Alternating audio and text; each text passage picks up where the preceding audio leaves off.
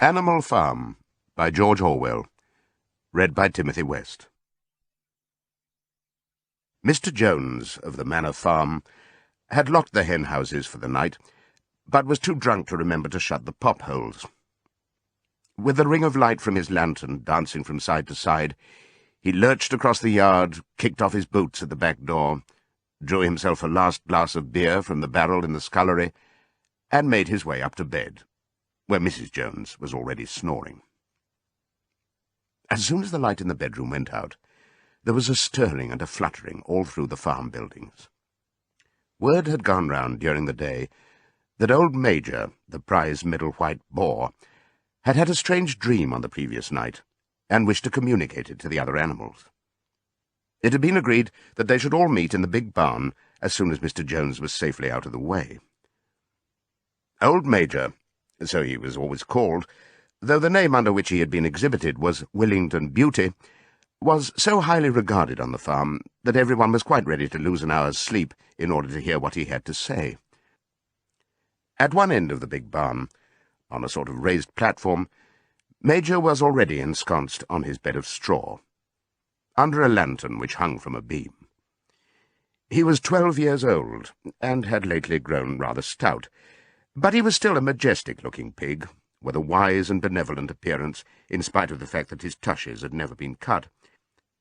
Before long, the other animals began to arrive, and make themselves comfortable after their different fashions. First came the 3 dogs, Bluebell, Jessie, and Pincher, and then the pigs, who settled down in the straw immediately in front of the platform. The hens perched themselves on the window-sills, the pigeons fluttered up to the rafters, the sheep and cows lay down behind the pigs and began to chew the cud.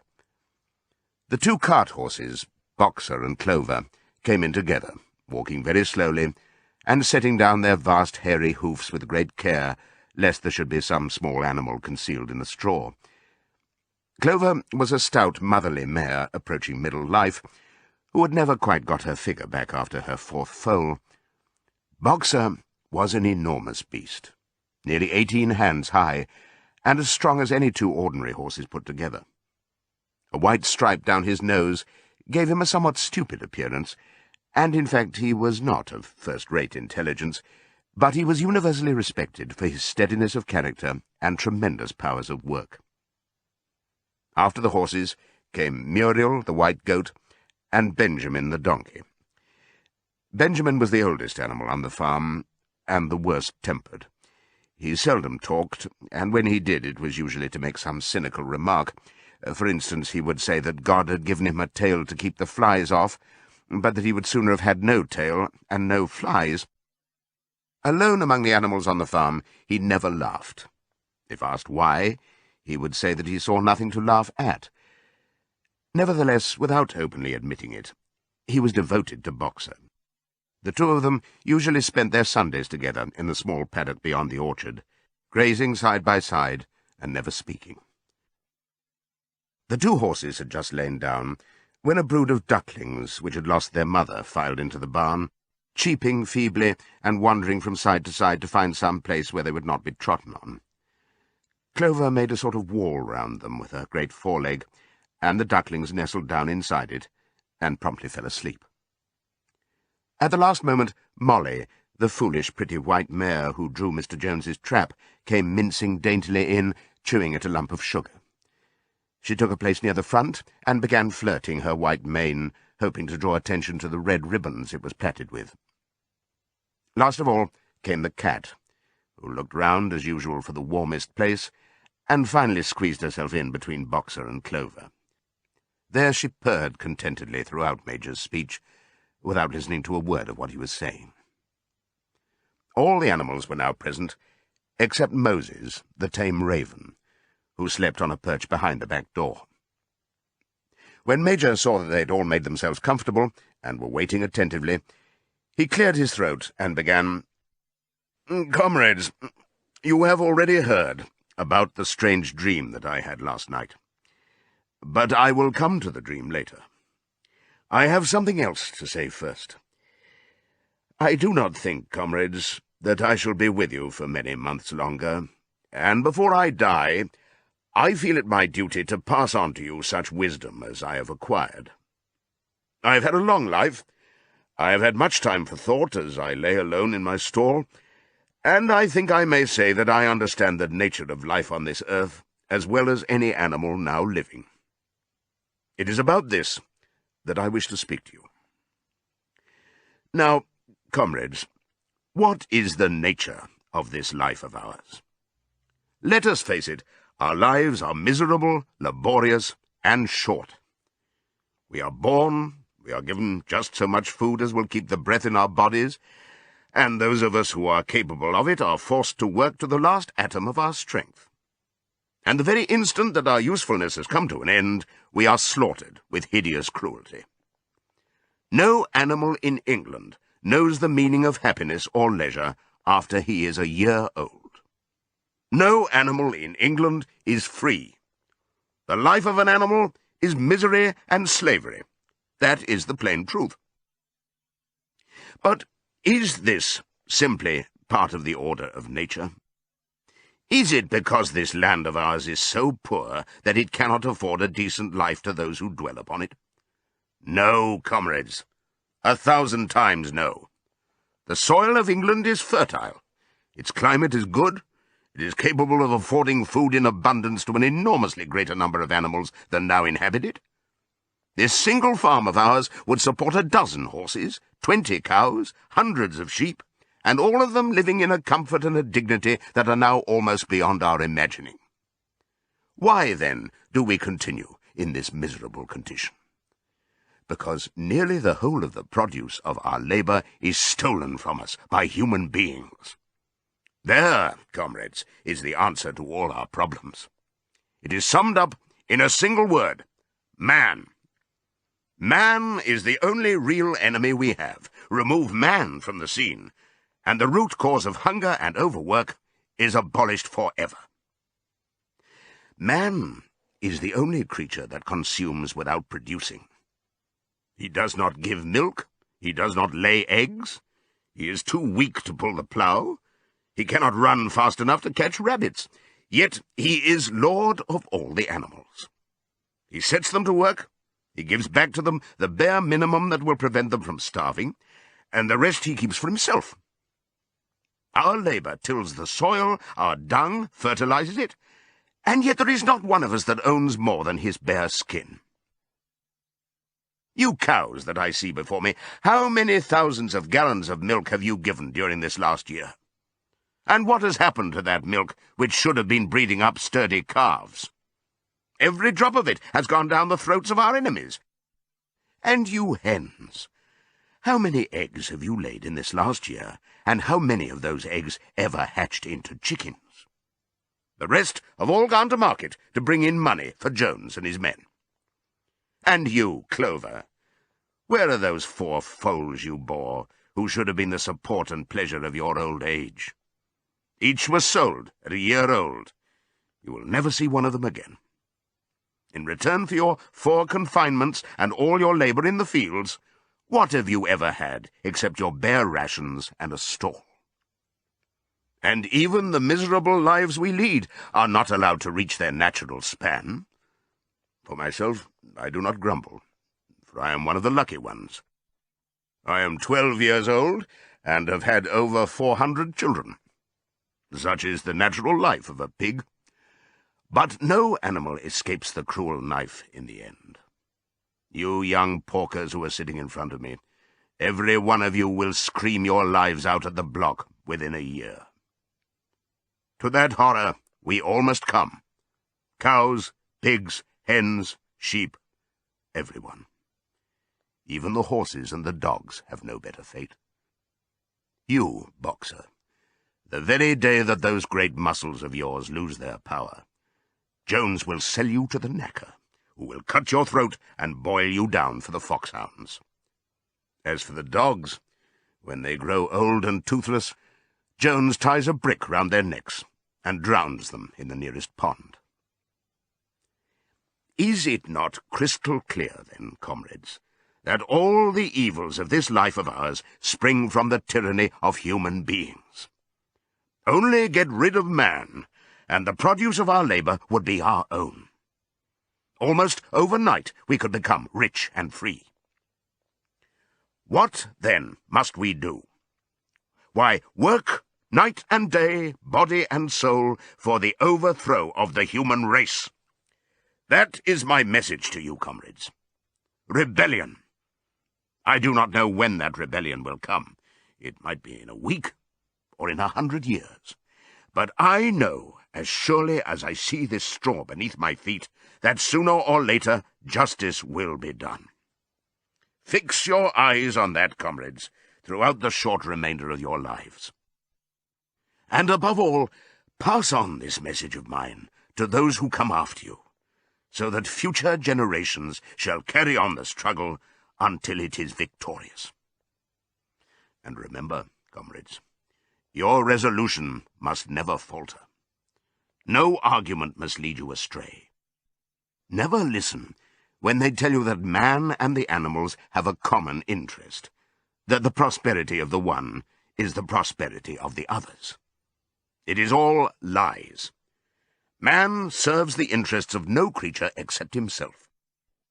And among us animals, let there be perfect unity, perfect comradeship in the struggle. All men are enemies. All animals are comrades. At this moment there was a tremendous uproar. While Major was speaking, 4 large rats had crept out of their holes and were sitting on their hind quarters, listening to him. The dogs had suddenly caught sight of them, and it was only by a swift dash for their holes that the rats saved their lives. Major raised his trotter for silence. "Comrades," he said, "here is a point that must be settled. The wild creatures, such as rats and rabbits, are they our friends or our enemies? Let us put it to the vote. I propose this question to the meeting. Are rats comrades?" The vote was taken at once, and it was agreed by an overwhelming majority that rats were comrades. There were only 4 dissentients, the 3 dogs and the cat, who was afterwards discovered to have voted on both sides. Major continued, "I have little more to say. I merely repeat, remember always your duty of enmity towards man and all his ways. Whatever goes upon 2 legs is an enemy. Whatever goes upon 4 legs, or has wings, is a friend. And remember also that in fighting against man, we must not come to resemble him. Even when you have conquered him, do not adopt his vices. No animal must ever live in a house, or sleep in a bed, or wear clothes, or drink alcohol, or smoke tobacco, or touch money, or engage in trade. All the habits of man are evil. And above all, no animal must ever tyrannize over his own kind. Weak or strong, clever or simple, we are all brothers. No animal must ever kill any other animal. All animals are equal. And now, comrades, I will tell you about my dream of last night. I cannot describe that dream to you. It was a dream of the earth as it will be when man has vanished. But it reminded me of something that I had long forgotten. Many years ago, when I was a little pig, my mother and the other sows used to sing an old song of which they knew only the tune and the first 3 words. I had known that tune in my infancy, but it had long since passed out of my mind. Last night, however, it came back to me in my dream. And what is more, the words of the song also came back. Words, I am certain, which were sung by the animals of long ago, and have been lost to memory for generations. I will sing you that song now, comrades. I am old, and my voice is hoarse, but when I have taught you the tune, you can sing it better for yourselves. It is called Beasts of England. Old Major cleared his throat and began to sing.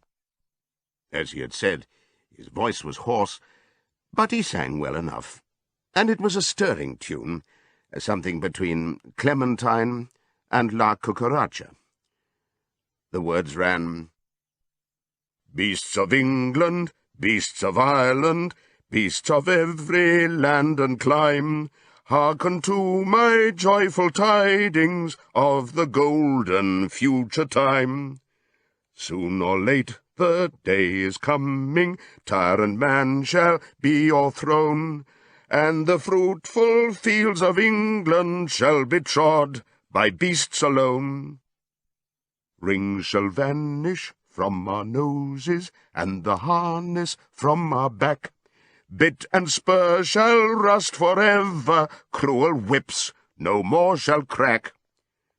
Riches more than mind can picture, wheat and barley, oats and hay, clover, beans, and mangel wurzels shall be ours upon that day.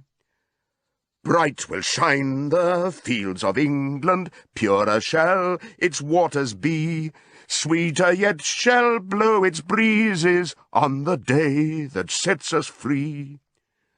For that day we all must labour, though we die before it break.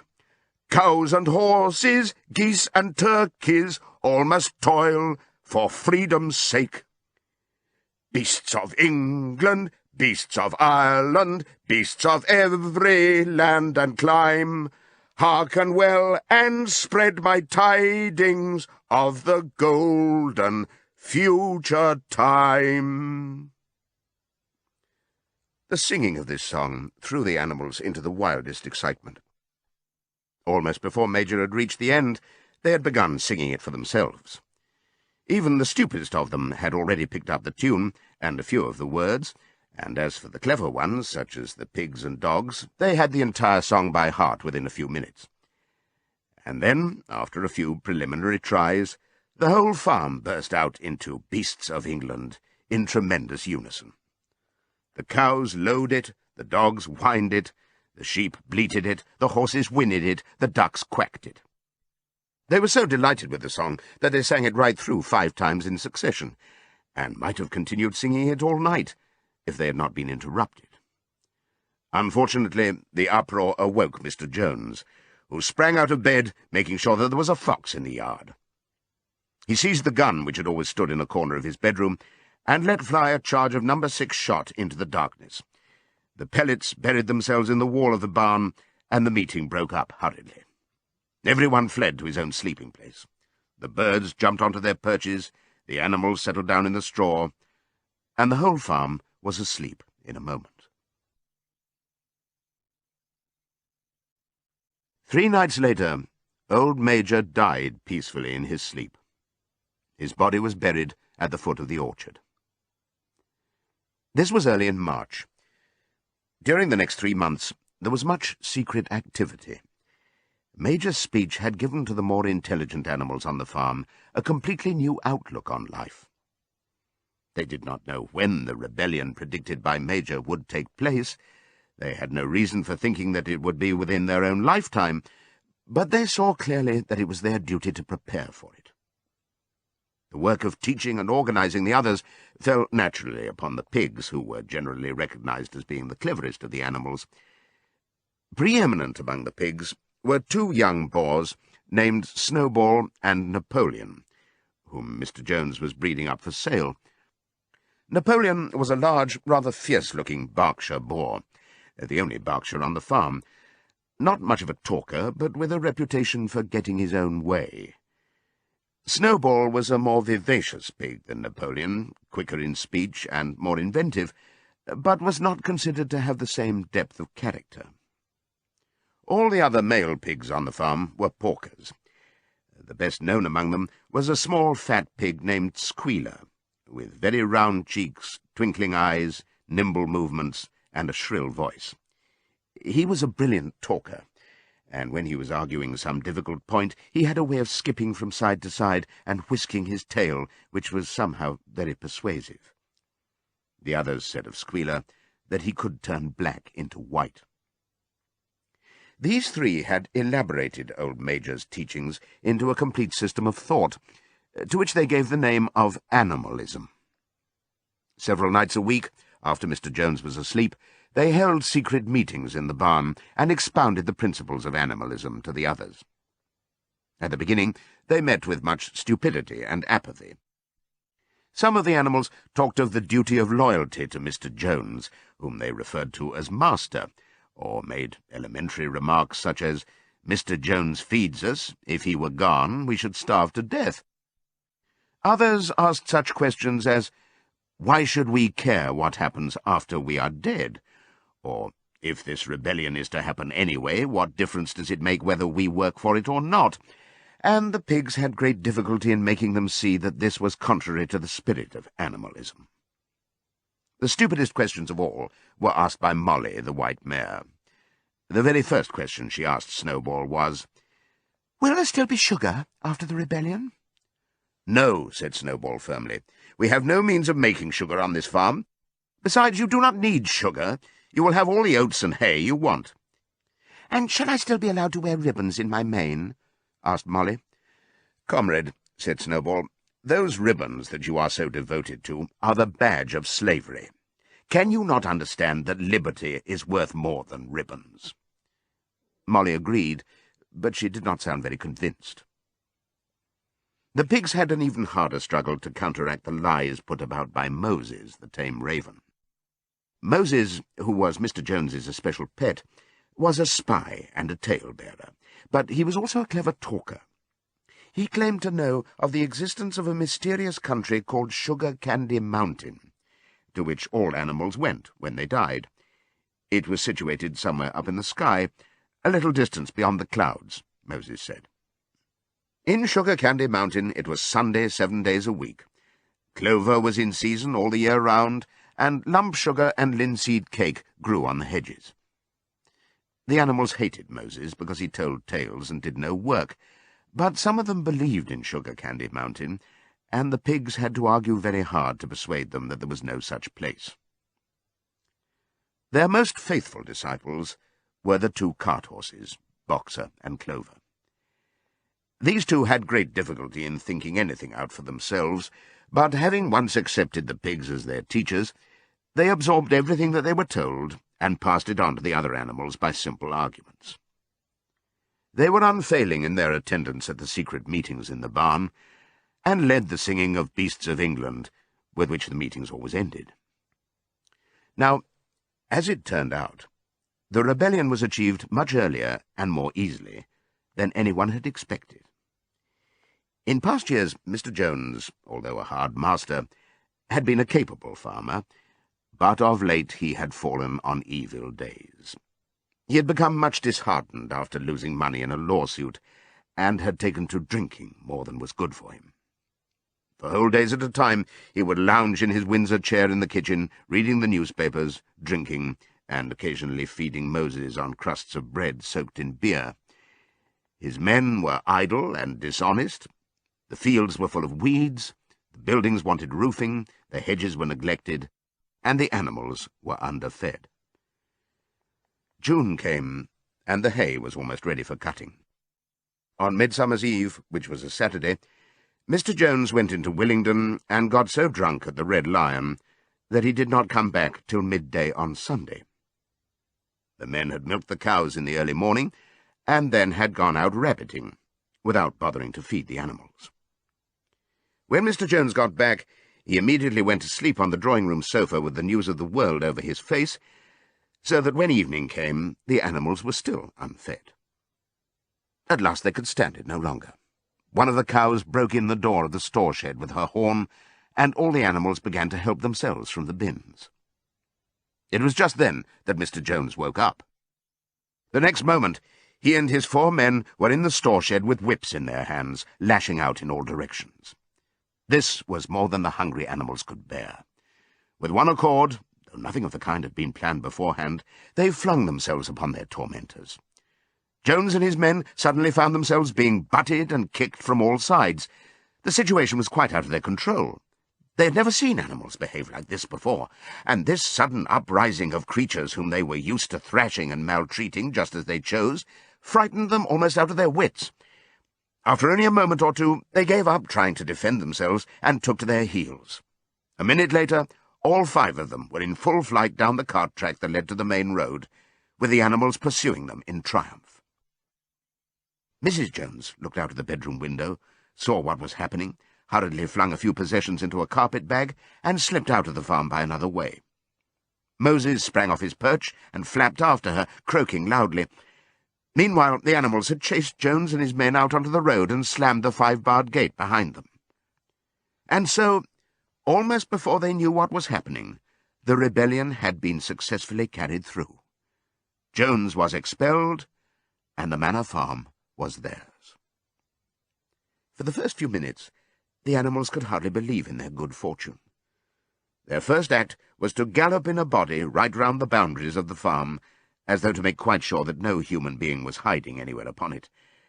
Then they raced back to the farm buildings to wipe out the last traces of Jones's hated reign. The harness room at the end of the stables was broken open. The bits, the nose rings, the dog chains, the cruel knives with which Mr. Jones had been used to castrate the pigs and lambs were all flung down the well. The reins, the halters, the blinkers, the degrading nose-bags were thrown onto the rubbish fire which was burning in the yard. So were the whips. All the animals capered with joy when they saw the whips going up in flames. Snowball also threw onto the fire the ribbons with which the horses' manes and tails had usually been decorated on market days. Ribbons, he said, should be considered as clothes, which are the mark of a human being. All animals should go naked. When Boxer heard this, he fetched the small straw hat which he wore in summer to keep the flies out of his ears, and flung it onto the fire with the rest. In a very little while, the animals had destroyed everything that reminded them of Mr. Jones. Napoleon then led them back to the store shed and served out a double ration of corn to everybody, with 2 biscuits for each dog. Then they sang Beasts of England from end to end 7 times running, and after that they settled down for the night and slept as they had never slept before. But they woke at dawn as usual, and suddenly remembering the glorious thing that had happened, they all raced out into the pasture together. A little way down the pasture there was a knoll that commanded a view of most of the farm. The animals rushed to the top of it and gazed round them in the clear morning light. Yes, it was theirs. Everything that they could see was theirs. In the ecstasy of that thought, they gambolled round and round. They hurled themselves into the air in great leaps of excitement. They rolled in the dew. They cropped mouthfuls of the sweet summer grass. They kicked up clods of the black earth and snuffed its rich scent. Then they made a tour of inspection of the whole farm, and surveyed with speechless admiration the ploughland, the hayfield, the orchard, the pool, the spinney.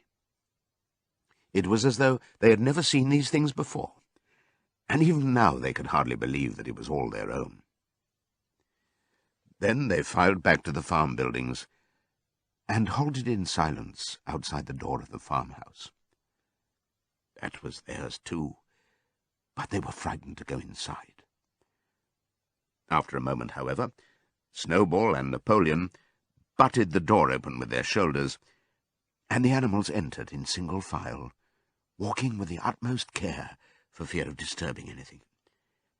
They tiptoed from room to room, afraid to speak above a whisper, and gazing with a kind of awe at the unbelievable luxury, at the beds with their feather mattresses, the looking-glasses, the horsehair sofa, the Brussels carpet, the lithograph of Queen Victoria over the drawing-room mantelpiece. They were just coming down the stairs when Molly was discovered to be missing. Going back, the others found that she had remained behind in the best bedroom. She had taken a piece of blue ribbon from Mrs. Jones's dressing-table and was holding it against her shoulder and admiring herself in the glass in a very foolish manner. The others reproached her sharply, and they went outside. Some hams hanging in the kitchen were taken out for burial, and the barrel of beer in the scullery was stove in with a kick from Boxer's hoof. Otherwise, nothing in the house was touched.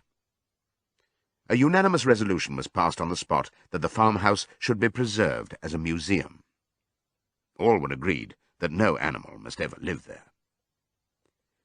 The animals had their breakfast, and then Snowball and Napoleon called them together again. "Comrades," said Snowball, "it is 6:30, and we have a long day before us. Today we begin the hay harvest. But there is another matter that must be attended to first." The pigs now revealed that during the past 3 months they had taught themselves to read and write from an old spelling book which had belonged to Mr. Jones's children, and which had been thrown on the rubbish heap. Napoleon sent for pots of black and white paint, and led the way down to the 5-barred gate that gave onto the main road. Then Snowball, for it was Snowball who was best at writing, took a brush between the 2 knuckles of his trotter, painted out Manor Farm from the top bar of the gate, and in its place painted Animal Farm. This was to be the name of the farm from now onwards. After this they went back to the farm buildings, where Snowball and Napoleon sent for a ladder which they caused to be set against the end wall of the big barn. They explained that, by their studies of the past 3 months, the pigs had succeeded in reducing the principles of animalism to 7 commandments. These 7 commandments would now be inscribed on the wall. They would form an unalterable law by which all the animals on Animal Farm must live for ever after. With some difficulty, for it is not easy for a pig to balance himself on a ladder, Snowball climbed up and set to work, with Squealer a few rungs below him, holding the paint-pot.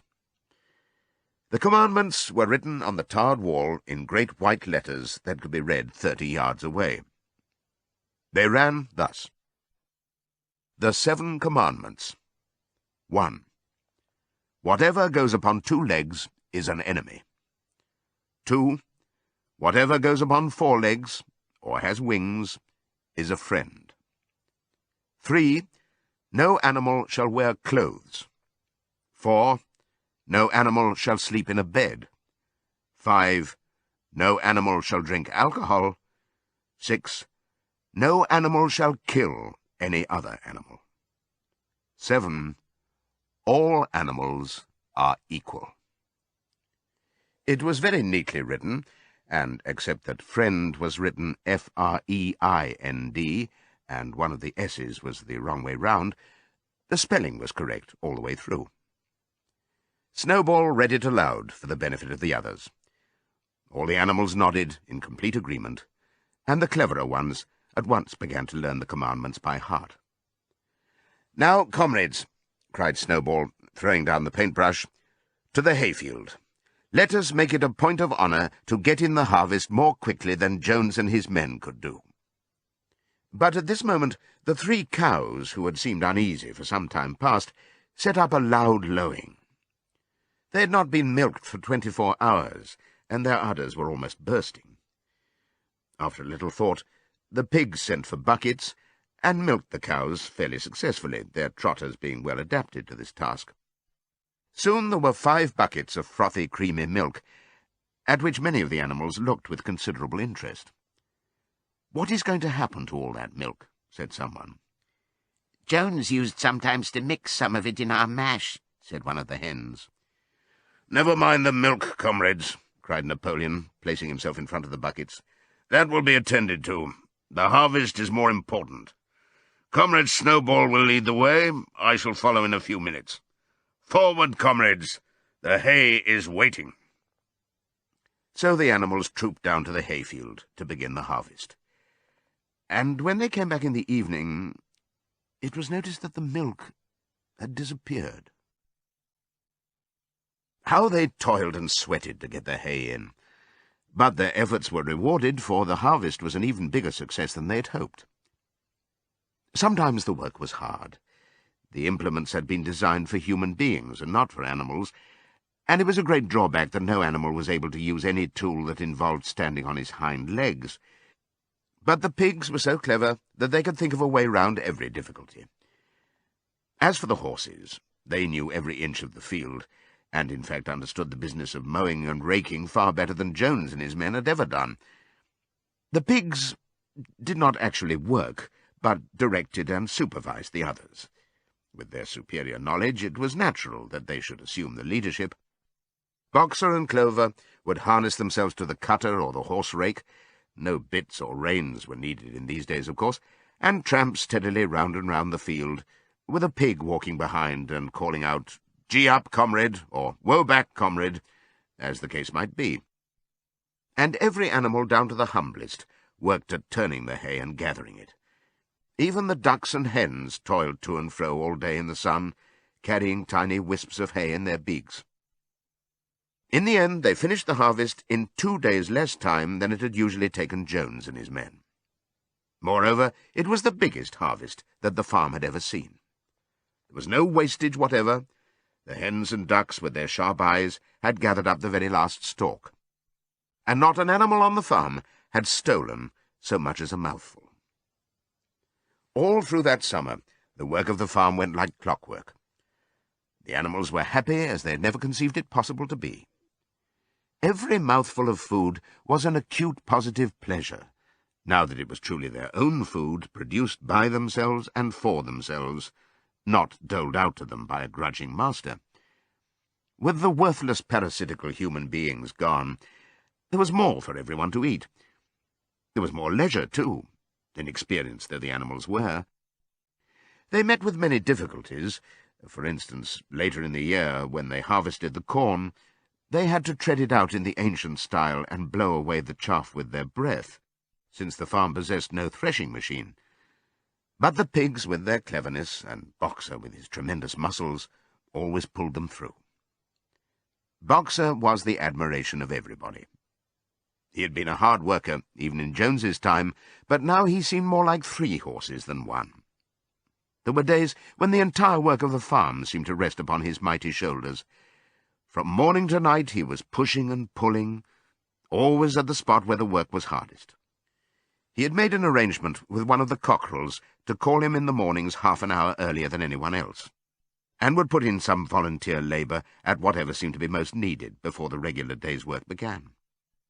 His answer to every problem, every setback, was, "I will work harder," which he had adopted as his personal motto. But everyone worked according to his capacity. The hens and ducks, for instance, saved 5 bushels of corn at the harvest by gathering up the stray grains. Nobody stole, nobody grumbled over his rations. The quarrelling and biting and jealousy, which had been normal features of life in the old days, had almost disappeared. Nobody shirked, or almost nobody. Molly, it was true, was not good at getting up in the mornings, and had a way of leaving work early on the ground that there was a stone in her hoof. And the behaviour of the cat was somewhat peculiar. It was soon noticed that when there was work to be done, the cat could never be found. She would vanish for hours on end, and then reappear at meal times, or in the evening after work was over, as though nothing had happened. But she always made such excellent excuses and purred so affectionately that it was impossible not to believe in her good intentions. Old Benjamin the donkey seemed quite unchanged since the rebellion. He did his work in the same slow, obstinate way as he had done it in Jones's time, never shirking, and never volunteering for extra work either. About the rebellion and its results, he would express no opinion. When asked whether he was not happier now that Jones was gone, he would say only, "Donkeys live a long time. None of you has ever seen a dead donkey." And the others had to be content with this cryptic answer. On Sundays there was no work. Breakfast was an hour later than usual, and after breakfast there was a ceremony which was observed every week without fail. First came the hoisting of the flag. Snowball had found in the harness-room an old green tablecloth of Mrs. Jones's, and had painted on it a hoof and a horn in white. This was run up the flagstaff in the farmhouse garden every Sunday morning. The flag was green, Snowball explained, to represent the green fields of England, while the hoof and horn signified the future republic of the animals which would arise when the human race had been finally overthrown. After the hoisting of the flag, all the animals trooped into the big barn for a general assembly, which was known as the meeting. Here the work of the coming week was planned out, and resolutions were put forward and debated. It was always the pigs who put forward the resolutions. The other animals understood how to vote, but could never think of any resolutions of their own. Snowball and Napoleon were by far the most active in the debates, but it was noticed that these two were never in agreement. Whatever suggestion either of them made, the other could be counted on to oppose it.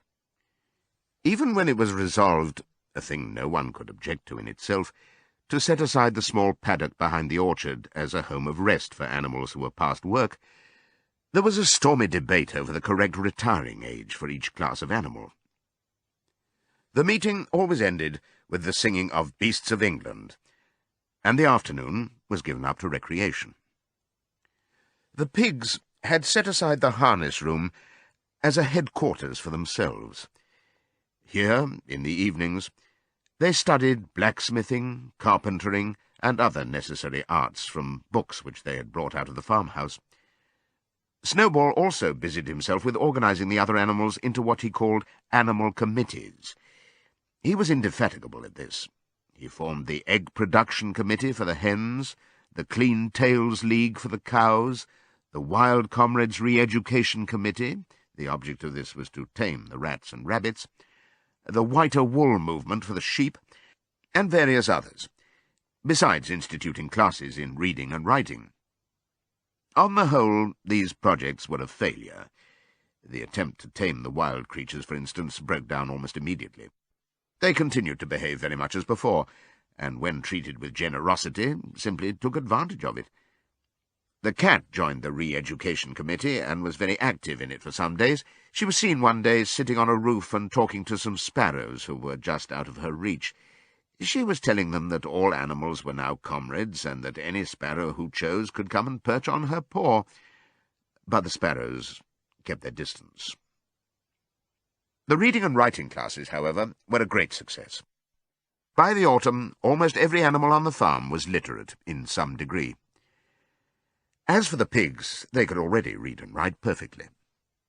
The dogs learned to read fairly well, but were not interested in reading anything except the 7 Commandments.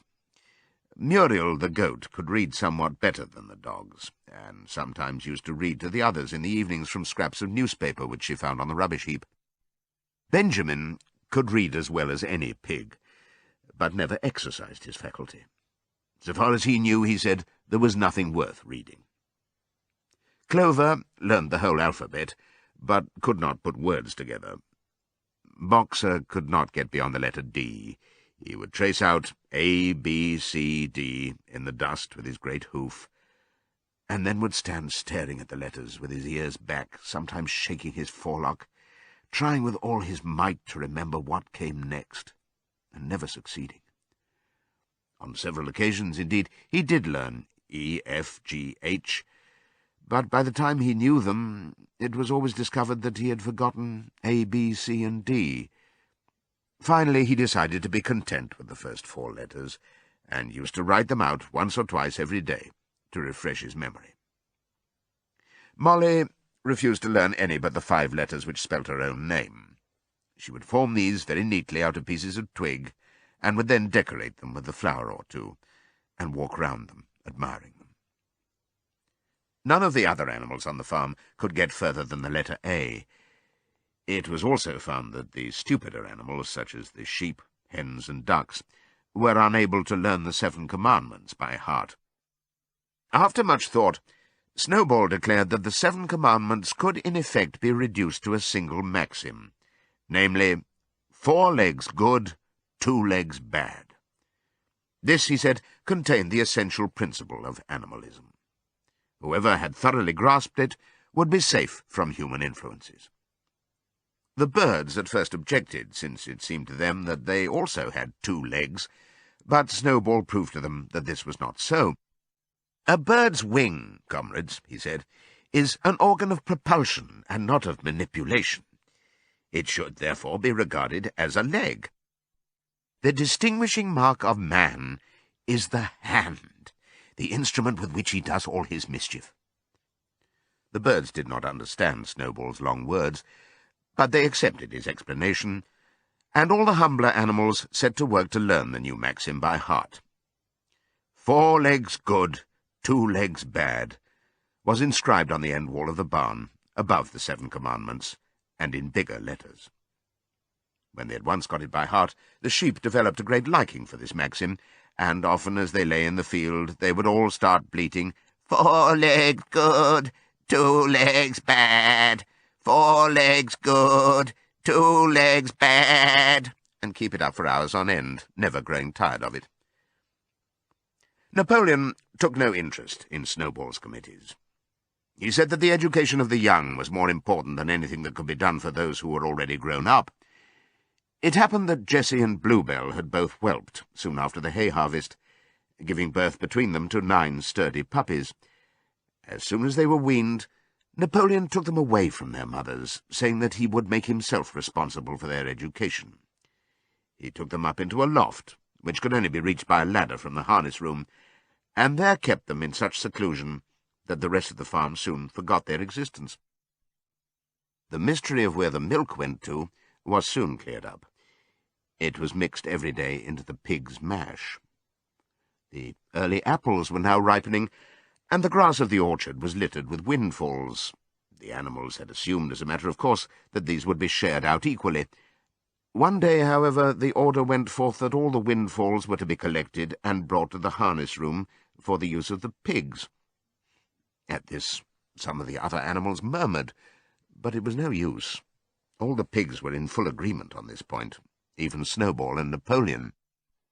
Squealer was sent to make the necessary explanations to the others. "Comrades," he cried, "you do not imagine, I hope, that we pigs are doing this in a spirit of selfishness and privilege. Many of us actually dislike milk and apples. I dislike them myself.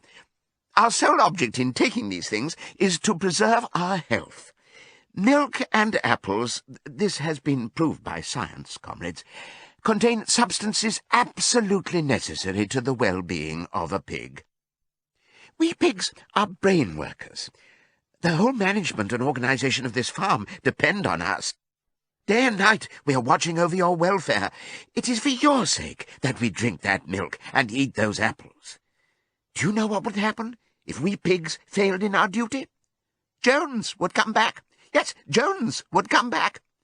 Surely, comrades," cried Squealer, almost pleadingly, skipping from side to side and whisking his tail, "surely there is no one among you who wants to see Jones come back." Now, if there was one thing that the animals were completely certain of, it was that they did not want Jones back. When it was put to them in this light, they had no more to say. The importance of keeping the pigs in good health was all too obvious, so it was agreed without further argument that the milk and the windfall apples, and also the main crop of apples when they ripened, should be reserved for the pigs alone. By the late summer, the news of what had happened on Animal Farm had spread across half the county. Every day Snowball and Napoleon sent out flights of pigeons, whose instructions were to mingle with the animals on neighbouring farms, tell them the story of the rebellion, and teach them the tune of Beasts of England. Most of this time, Mr. Jones had spent sitting in the tap-room of the Red Lion at Willingdon, complaining to anyone who would listen of the monstrous injustice he had suffered in being turned out of his property by a pack of good-for-nothing animals. The other farmers sympathized in principle, but they did not at first give him much help. At heart, each of them was secretly wondering whether he could not somehow turn Jones's misfortune to his own advantage. It was lucky that the owners of the 2 farms which had joined Animal Farm were on permanently bad terms. One of them, which was named Foxwood, was a large, neglected, old-fashioned farm, much overgrown by woodland, with all its pastures worn out and its hedges in a disgraceful condition. Its owner, Mr. Pilkington, was an easy-going gentleman farmer who spent most of his time in fishing or hunting, according to the season. The other farm, which was called Pinchfield, was smaller and better kept. Its owner was a Mr. Frederick, a tough, shrewd man, perpetually involved in lawsuits, and with a name for driving hard bargains. These 2 disliked each other so much that it was difficult for them to come to any agreement, even in defence of their own interests. Nevertheless, they were both thoroughly frightened by the rebellion on Animal Farm, and very anxious to prevent their own animals from learning too much about it. At first they pretended to laugh to scorn the idea of animals managing a farm for themselves. The whole thing would be over in a fortnight, they said. They put it about that the animals on the manor farm— they insisted on calling it the manor farm, they would not tolerate the name animal farm— were perpetually fighting among themselves, and were also rapidly starving to death. When time passed and the animals had evidently not starved to death, Frederick and Pilkington changed their tune and began to talk of the terrible wickedness that now flourished on Animal Farm. It was given out that the animals there practiced cannibalism, tortured one another with red-hot horseshoes, and had their females in common. This was what came of rebelling against the laws of nature, Frederick and Pilkington said. However, these stories were never fully believed. Rumours of a wonderful farm, where the human beings had been turned out and the animals managed their own affairs, continued to circulate in vague and distorted forms, and throughout that year a wave of rebelliousness ran through the countryside. Bulls, which had always been tractable, suddenly turned savage.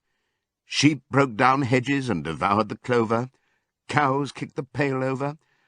Hunters refused their fences and shot their riders onto the other side. Above all, the tune and even the words of Beasts of England were known everywhere. It had spread with astonishing speed.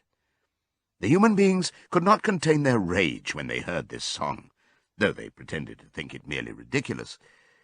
They could not understand, they said, how even animals could bring themselves to sing such contemptible rubbish. Any animal caught singing it was given a flogging on the spot. And yet the song was irrepressible. The blackbirds whistled it in the hedges, the pigeons cooed it in the elms, it got into the din of the smithies and the tune of the church bells. And when the human beings listened to it, they secretly trembled, hearing in it a prophecy of their future doom. Early in October, when the corn was cut and stacked and some of it was already threshed, a flight of pigeons came whirling through the air and alighted in the yard of Animal Farm in the wildest excitement. Jones and all his men, with half a dozen others from Foxwood and Pinchfield, had entered the 5-barred gate and were coming up the cart track that led to the farm. They were all carrying sticks, except Jones, who was marching ahead with a gun in his hands. Obviously, they were going to attempt the recapture of the farm.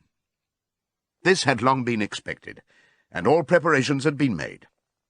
Snowball, who had studied an old book of Julius Caesar's campaigns, which he had found in the farmhouse, was in charge of the defensive operations. He gave his orders quickly, and in a couple of minutes every animal was at his post. As the human beings approached the farm buildings, Snowball launched his first attack. All the pigeons, to the number of 35, flew to and fro over the men's heads and dropped their dung on them from mid-air. And while the men were dealing with this, the geese, who had been hiding behind the hedge, rushed out and pecked viciously at the calves of their legs.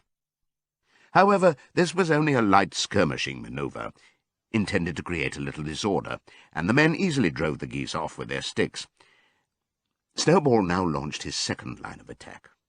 Muriel, Benjamin, and all the sheep, with Snowball at the head of them, rushed forward and prodded and butted the men from every side, while Benjamin turned round and lashed at them with his small hoofs.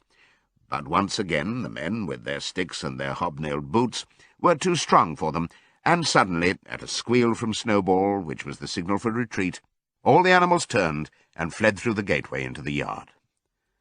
The men gave a shout of triumph. They saw, as they imagined, their enemies in flight, and they rushed after them in disorder. This was just what Snowball had intended.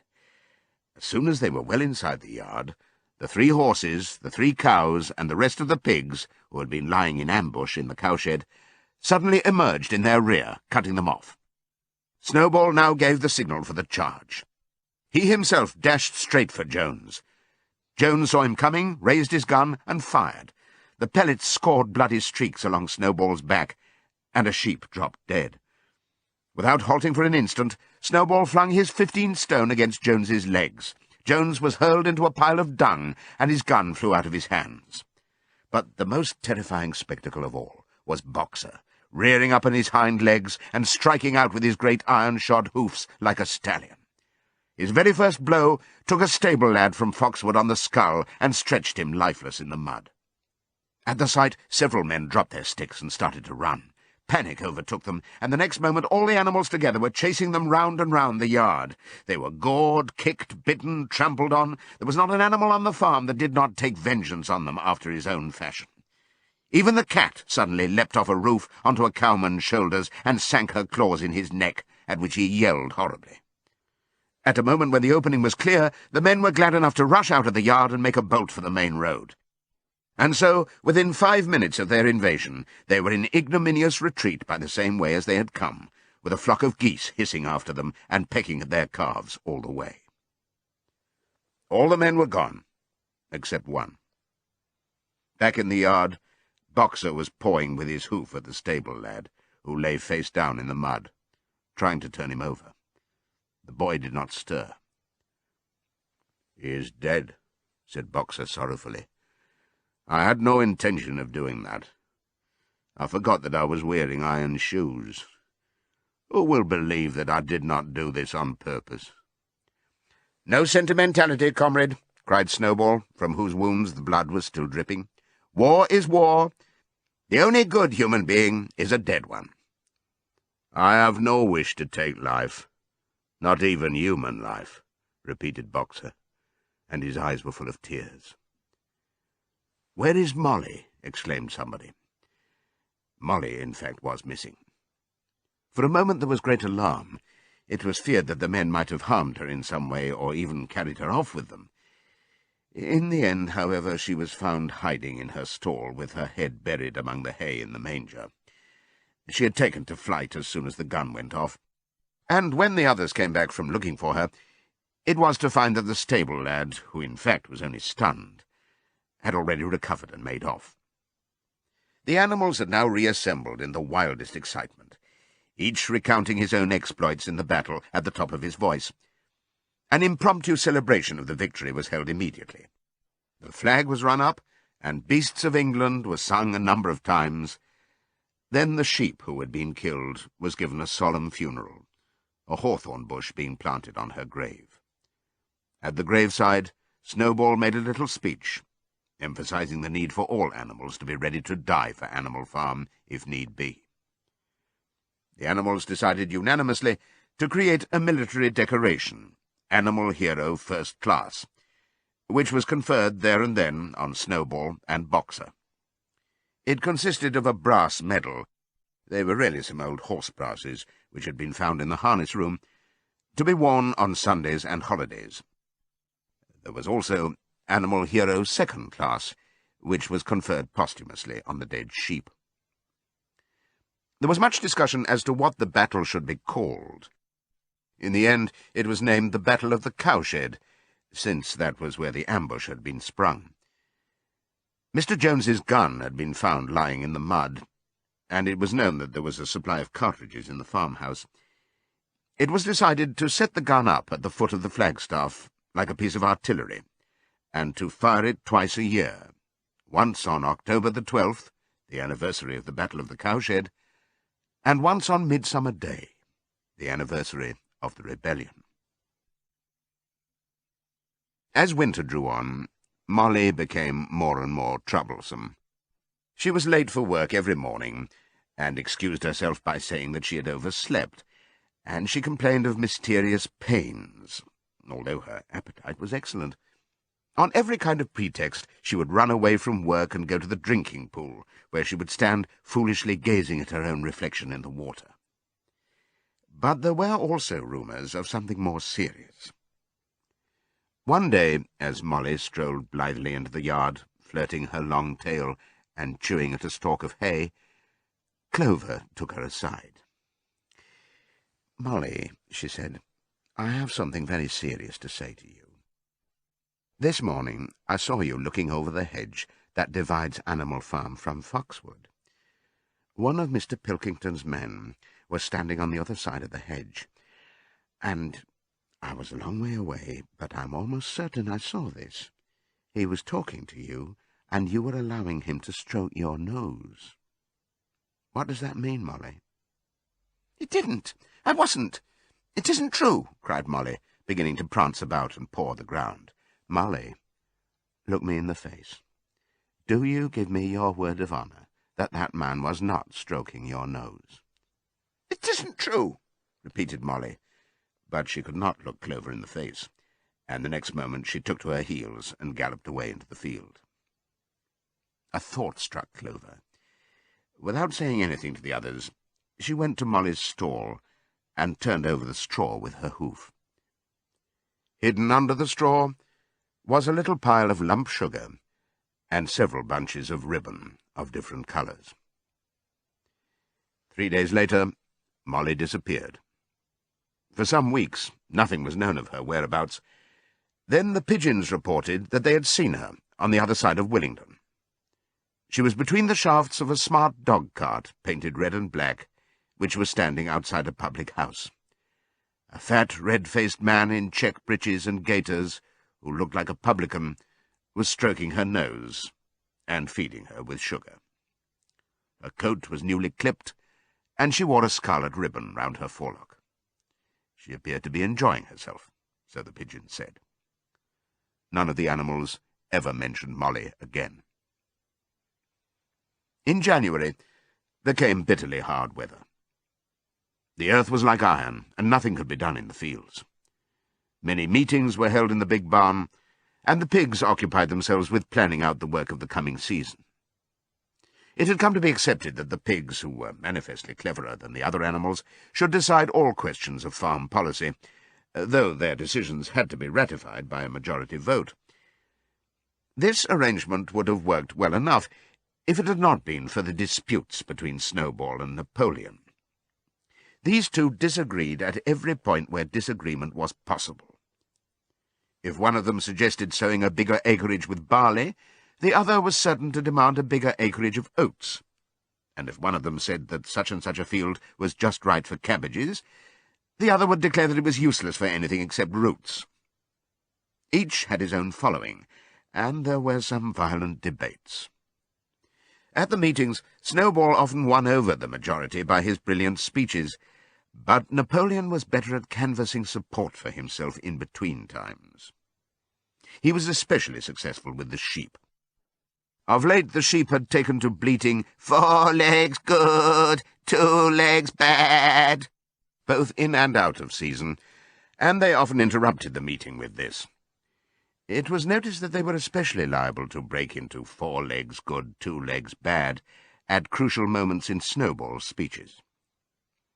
Snowball had made a close study of some back numbers of the Farmer and Stock Breeder which he had found in the farmhouse, and was full of plans for innovations and improvements. He talked learnedly about field drains, silage, and basic slag, and had worked out a complicated scheme for all the animals to drop their dung directly in the fields at a different spot every day, to save the labour of cartage. Napoleon produced no schemes of his own, but said quietly that Snowball's would come to nothing, and seemed to be biding his time. But of all their controversies, none was so bitter as the one that took place over the windmill.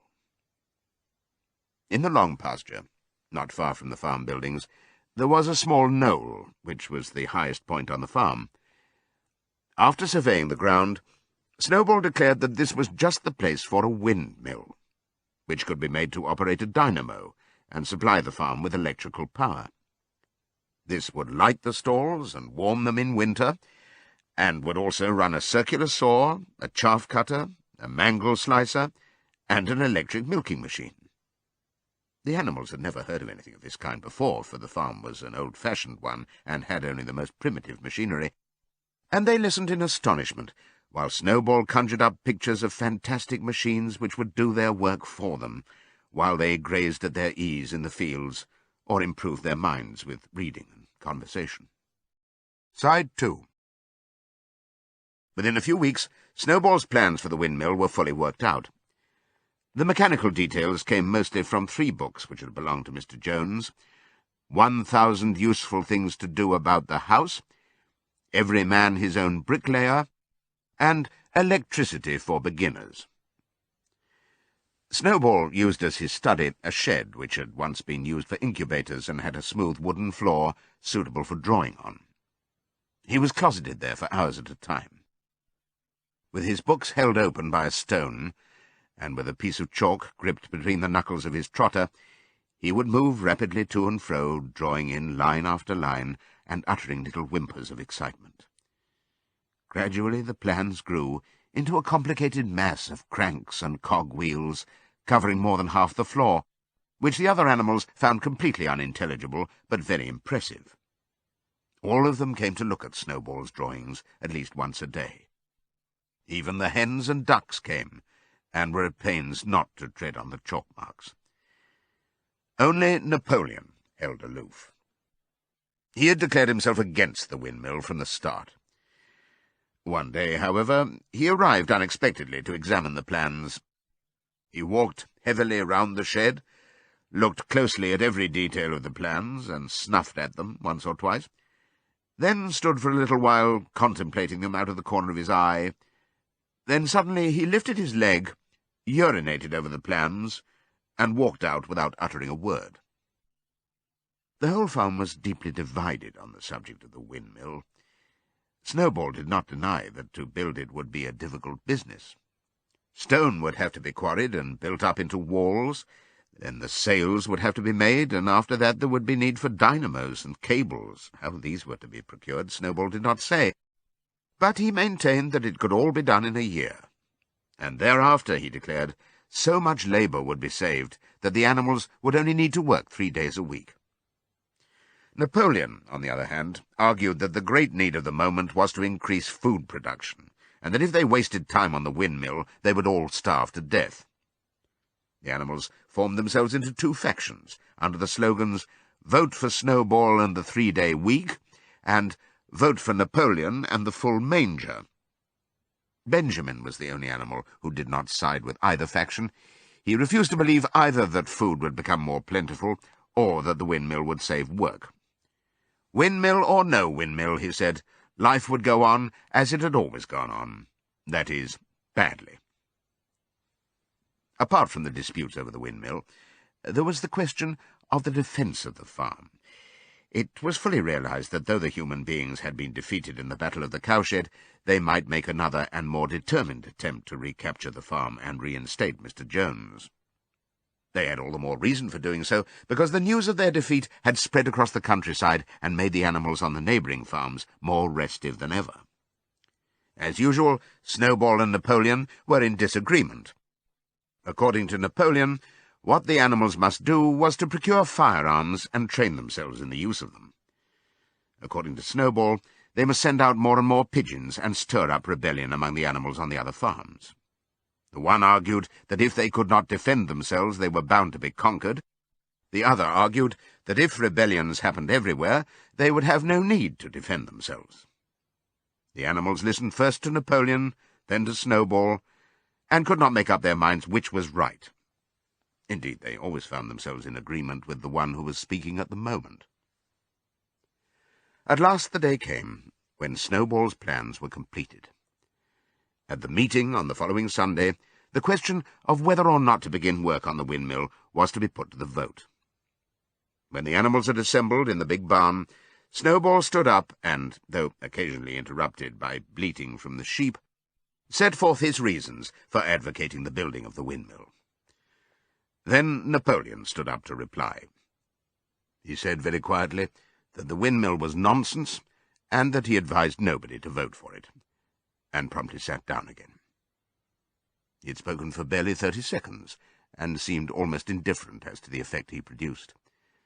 At this, Snowball sprang to his feet, and shouting down the sheep, who had begun bleating again, broke into a passionate appeal in favour of the windmill.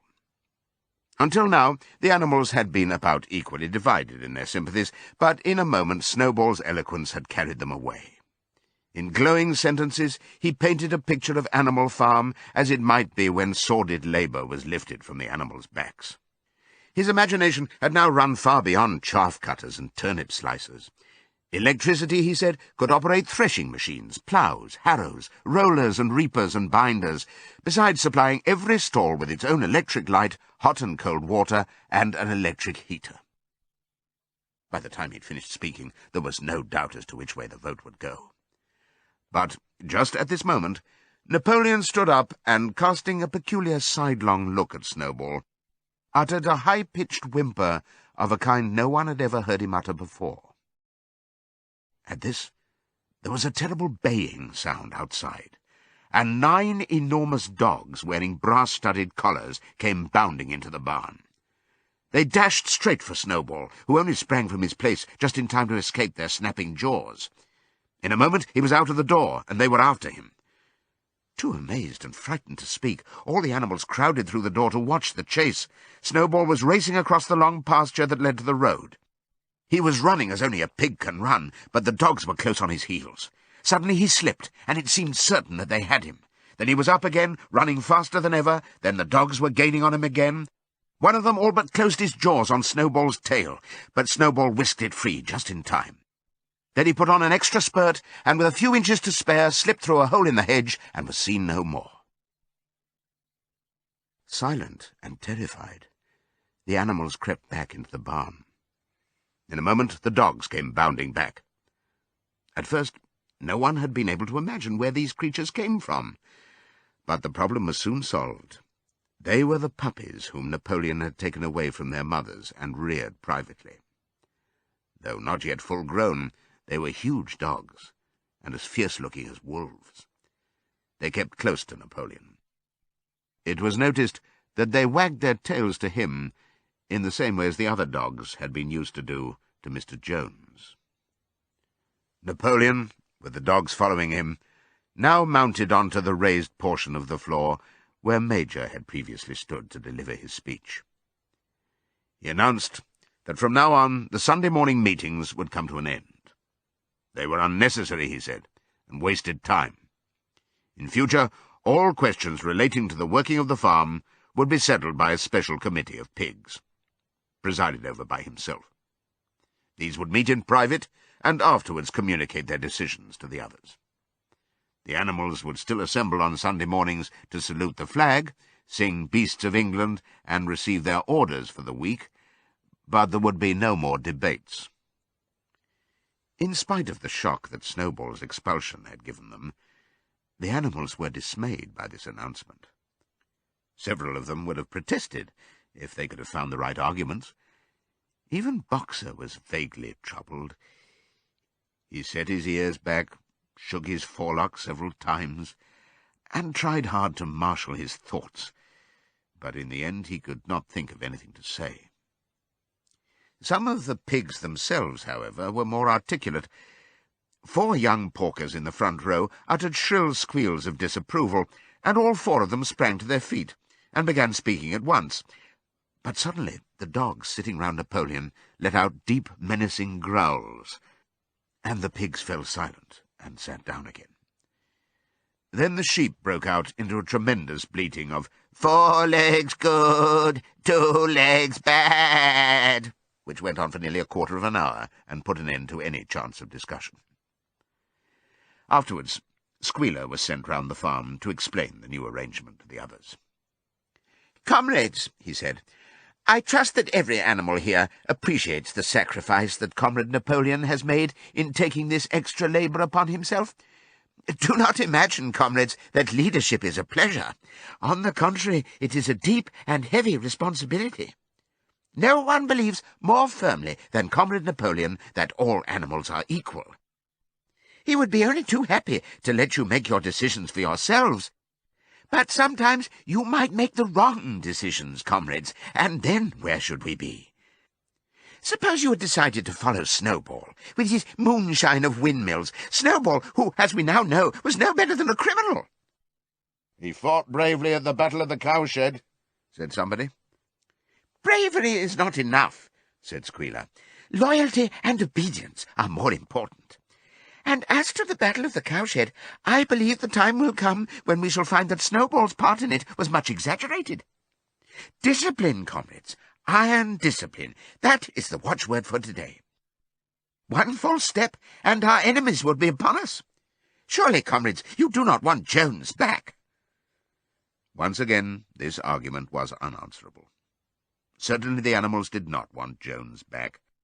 If the holding of debates on Sunday mornings was liable to bring him back, then the debates must stop. Boxer, who had now had time to think things over, voiced the general feeling by saying, "If Comrade Napoleon says it, it must be right." And from then on he adopted the maxim, "Napoleon is always right," in addition to his private motto of, "I will work harder." By this time the weather had broken, and the spring ploughing had begun. The shed where Snowball had drawn his plans of the windmill had been shut up, and it was assumed that the plans had been rubbed off the floor. Every Sunday morning at 10 o'clock, the animals assembled in the big barn to receive their orders for the week. The skull of old Major, now clean of flesh, had been disinterred from the orchard and set up on a stump at the foot of the flagstaff beside the gun. After the hoisting of the flag, the animals were required to file past the skull in a reverent manner before entering the barn. Nowadays they did not sit all together, as they had done in the past. Napoleon, with Squealer and another pig named Minimus, who had a remarkable gift for composing songs and poems, sat on the front of the raised platform, with the 9 young dogs forming a semicircle round them, and the other pigs sitting behind. The rest of the animals sat facing them in the main body of the barn. Napoleon read out the orders for the week in a gruff, soldierly style, and after a single singing of Beasts of England, all the animals dispersed. On the 3rd Sunday after Snowball's expulsion, the animals were somewhat surprised to hear Napoleon announce that the windmill was to be built after all. He did not give any reason for having changed his mind, but merely warned the animals that this extra task would mean very hard work. It might even be necessary to reduce their rations. The plans, however, had all been prepared, down to the last detail. A special committee of pigs had been at work upon them for the past 3 weeks. The building of the windmill, with various other improvements, was expected to take 2 years. That evening Squealer explained privately to the other animals that Napoleon had never in reality been opposed to the windmill.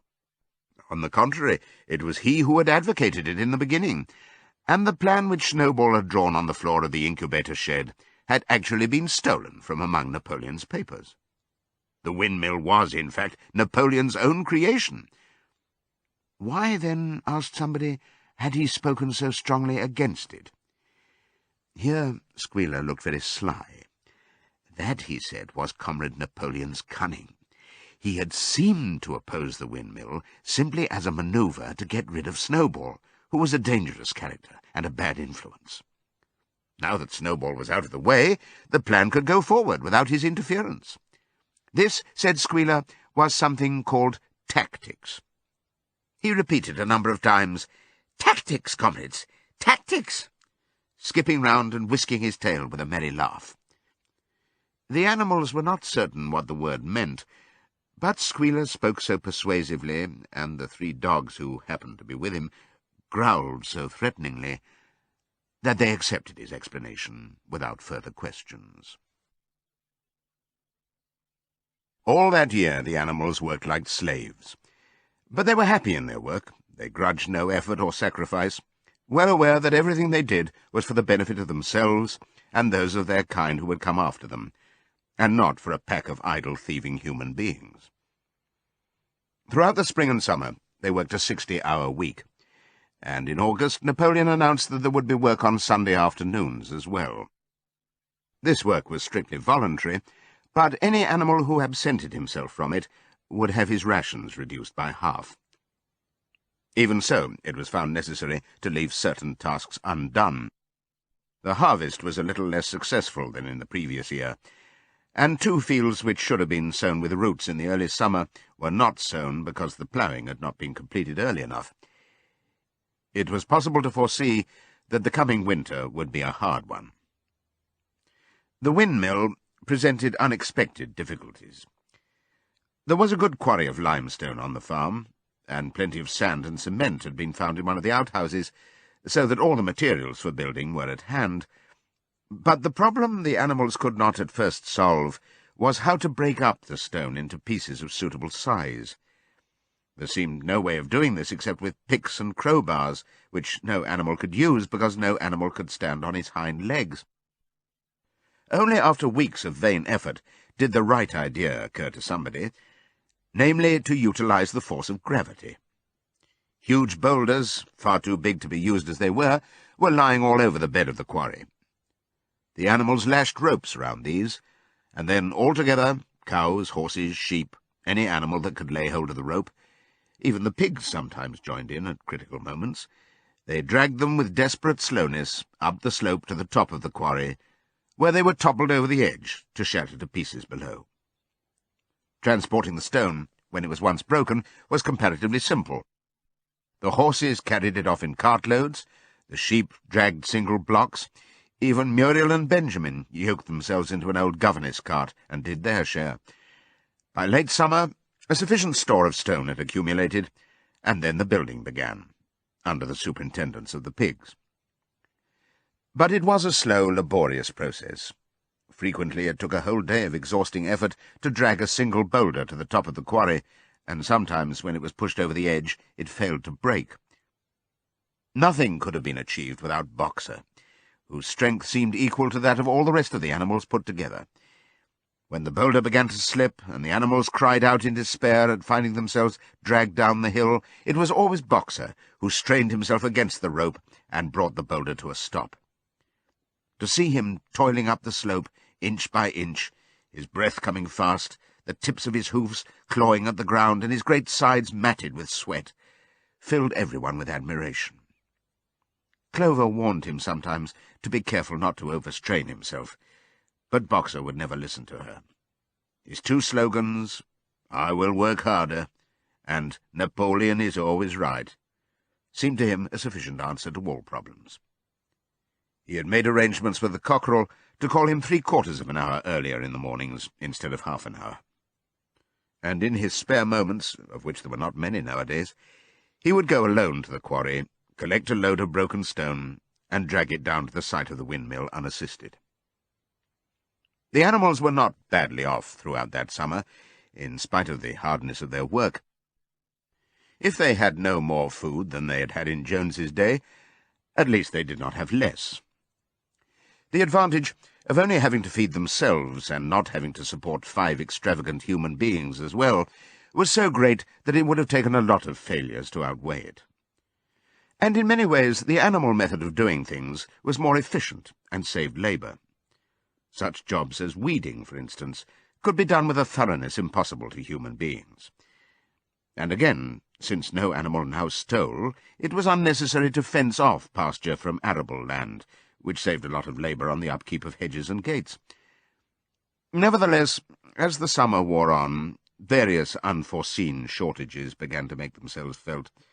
There was need of paraffin oil, nails, string, dog biscuits, and iron for the horses' shoes, none of which could be produced on the farm. Later there would also be need for seeds and artificial manures, besides various tools, and finally the machinery for the windmill. How these were to be procured, no one was able to imagine. One Sunday morning, when the animals assembled to receive their orders, Napoleon announced that he had decided upon a new policy. From now onwards, Animal Farm would engage in trade with the neighbouring farms. Not, of course, for any commercial purpose, but simply in order to obtain certain materials which were urgently necessary. The needs of the windmill must override everything else, he said. He was therefore making arrangements to sell a stack of hay and part of the current year's wheat crop, and later on, if more money were needed, it would have to be made up by the sale of eggs, for which there was always a market in Willingdon. The hens, said Napoleon, should welcome this sacrifice as their own special contribution towards the building of the windmill. Once again the animals were conscious of a vague uneasiness. Never to have any dealings with human beings, never to engage in trade, never to make use of money. Had not these been among the earliest resolutions passed at that first triumphant meeting, after Jones was expelled? All the animals remembered passing such resolutions, or at least they thought that they remembered it. The 4 young pigs who had protested when Napoleon abolished the meetings raised their voices timidly, but they were promptly silenced by a tremendous growling from the dogs. Then, as usual, the sheep broke into 4 legs good, 2 legs bad, and the momentary awkwardness was smoothed over. Finally, Napoleon raised his trotter for silence and announced that he had already made all the arrangements. There would be no need for any of the animals to come into contact with human beings, which would clearly be most undesirable. He intended to take the whole burden upon his own shoulders. Mr. Whymper, a solicitor living in Willingdon, had agreed to act as intermediary between Animal Farm and the outside world, and would visit the farm every Monday morning to receive his instructions. Napoleon ended his speech with his usual cry of "Long live Animal Farm!" and after the singing of Beasts of England, the animals were dismissed. Afterwards, Squealer made a round of the farm and set the animals' minds at rest. He assured them that the resolution against engaging in trade and using money had never been passed, or even suggested. It was pure imagination, probably traceable in the beginning to lies circulated by Snowball. A few animals still felt faintly doubtful, but Squealer asked them shrewdly, "Are you certain that this is not something you have dreamed, comrades? Have you any record of such a resolution? Is it written down anywhere?" And since it was certainly true that nothing of the kind existed in writing, the animals were satisfied that they had been mistaken. Every Monday, Mr. Whymper visited the farm as had been arranged.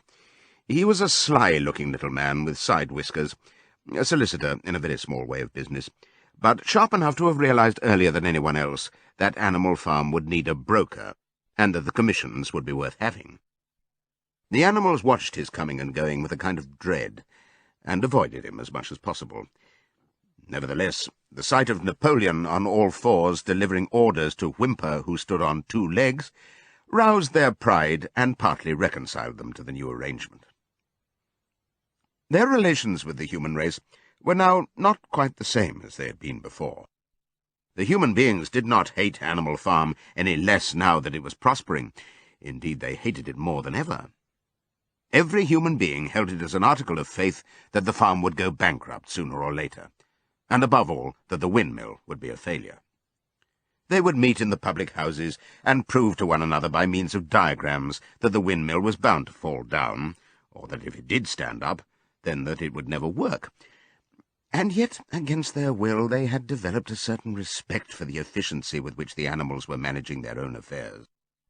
One symptom of this was that they had begun to call Animal Farm by its proper name, and ceased to pretend that it was called the Manor Farm. They had also dropped their championship of Jones, who had given up hope of getting his farm back and gone to live in another part of the county. Except through Whymper, there was as yet no contact between Animal Farm and the outside world, but there were constant rumours that Napoleon was about to enter into a definite business agreement, either with Mr. Pilkington of Foxwood or with Mr. Frederick of Pinchfield, but never, it was noticed, with both simultaneously. It was about this time that the pigs suddenly moved into the farmhouse and took up their residence there.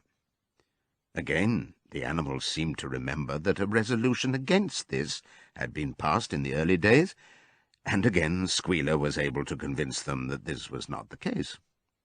It was absolutely necessary, he said, that the pigs, who were the brains of the farm, should have a quiet place to work in. It was also more suited to the dignity of the leader, for of late he had taken to speaking of Napoleon under the title of leader, to live in a house than in a mere sty. Nevertheless, some of the animals were disturbed when they heard that the pigs not only took their meals in the kitchen and used the drawing-room as a recreation room, but also slept in the beds. Boxer passed it off as usual with, "Napoleon is always right." But Clover, who thought she remembered a definite ruling against beds, went to the end of the barn and tried to puzzle out the 7 commandments which were inscribed there.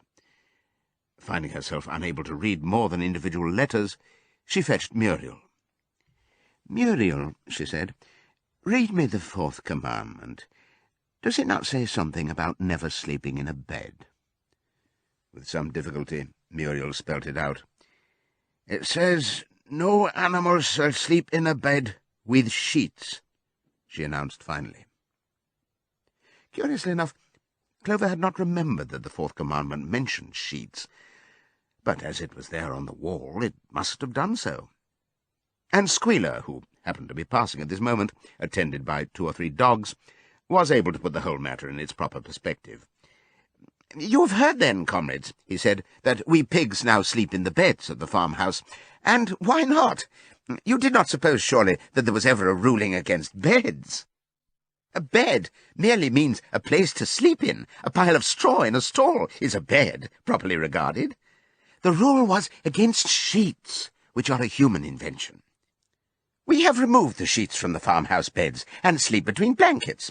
Very comfortable beds they are, too, but not more comfortable than we need, I can tell you, comrades, with all the brain work we have to do nowadays. You would not rob us of our repose, would you, comrades? You would not have us too tired to carry out our duties? Surely none of you wishes to see Jones back?" The animals reassured him on this point immediately, and no more was said about the pigs sleeping in the farmhouse beds. And when, some days afterwards, it was announced that from now on the pigs would get up an hour later in the mornings than the other animals, no complaint was made about that either. By the autumn, the animals were tired, but happy. They'd had a hard year, and after the sale of part of the hay and corn, the stores of food for the winter were none too plentiful. But the windmill compensated for everything. It was almost half-built now. After the harvest there was a stretch of clear, dry weather, and the animals toiled harder than ever, thinking it well worth while to plod to and fro all day with blocks of stone, if by doing so they could raise the walls another foot. Boxer would even come out at nights and work for an hour or 2 on his own by the light of the harvest moon.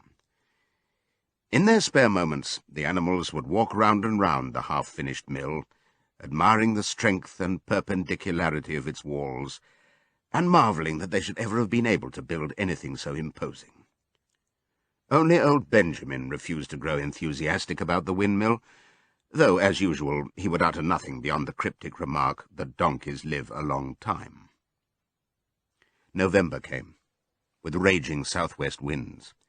Building had to stop because it was now too wet to mix the cement. Finally there came a night when the gale was so violent that the farm buildings rocked on their foundations and several tiles were blown off the roof of the barn. The hens woke up squawking with terror because they had all dreamed simultaneously of hearing a gun go off in the distance. In the morning the animals came out of their stalls to find that the flagstaff had been blown down and an elm tree at the foot of the orchard had been plucked up like a radish. They had just noticed this when a cry of despair broke from every animal's throat. A terrible sight had met their eyes. The windmill was in ruins. With one accord they dashed down to the spot. Napoleon, who seldom moved out of a walk, raced ahead of them all. Yes, there it lay, the fruit of all their struggles, levelled to its foundations, the stones they had broken and carried so laboriously scattered all around. Unable at first to speak, they stood gazing mournfully at the litter of fallen stone. Napoleon paced to and fro in silence, occasionally snuffing at the ground.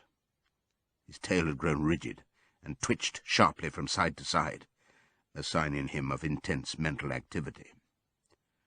Suddenly he halted, as though his mind were made up. "Comrades," he said quietly, "do you know who is responsible for this? Do you know the enemy who has come in the night and overthrown our windmill? Snowball!" He suddenly roared in a voice of thunder.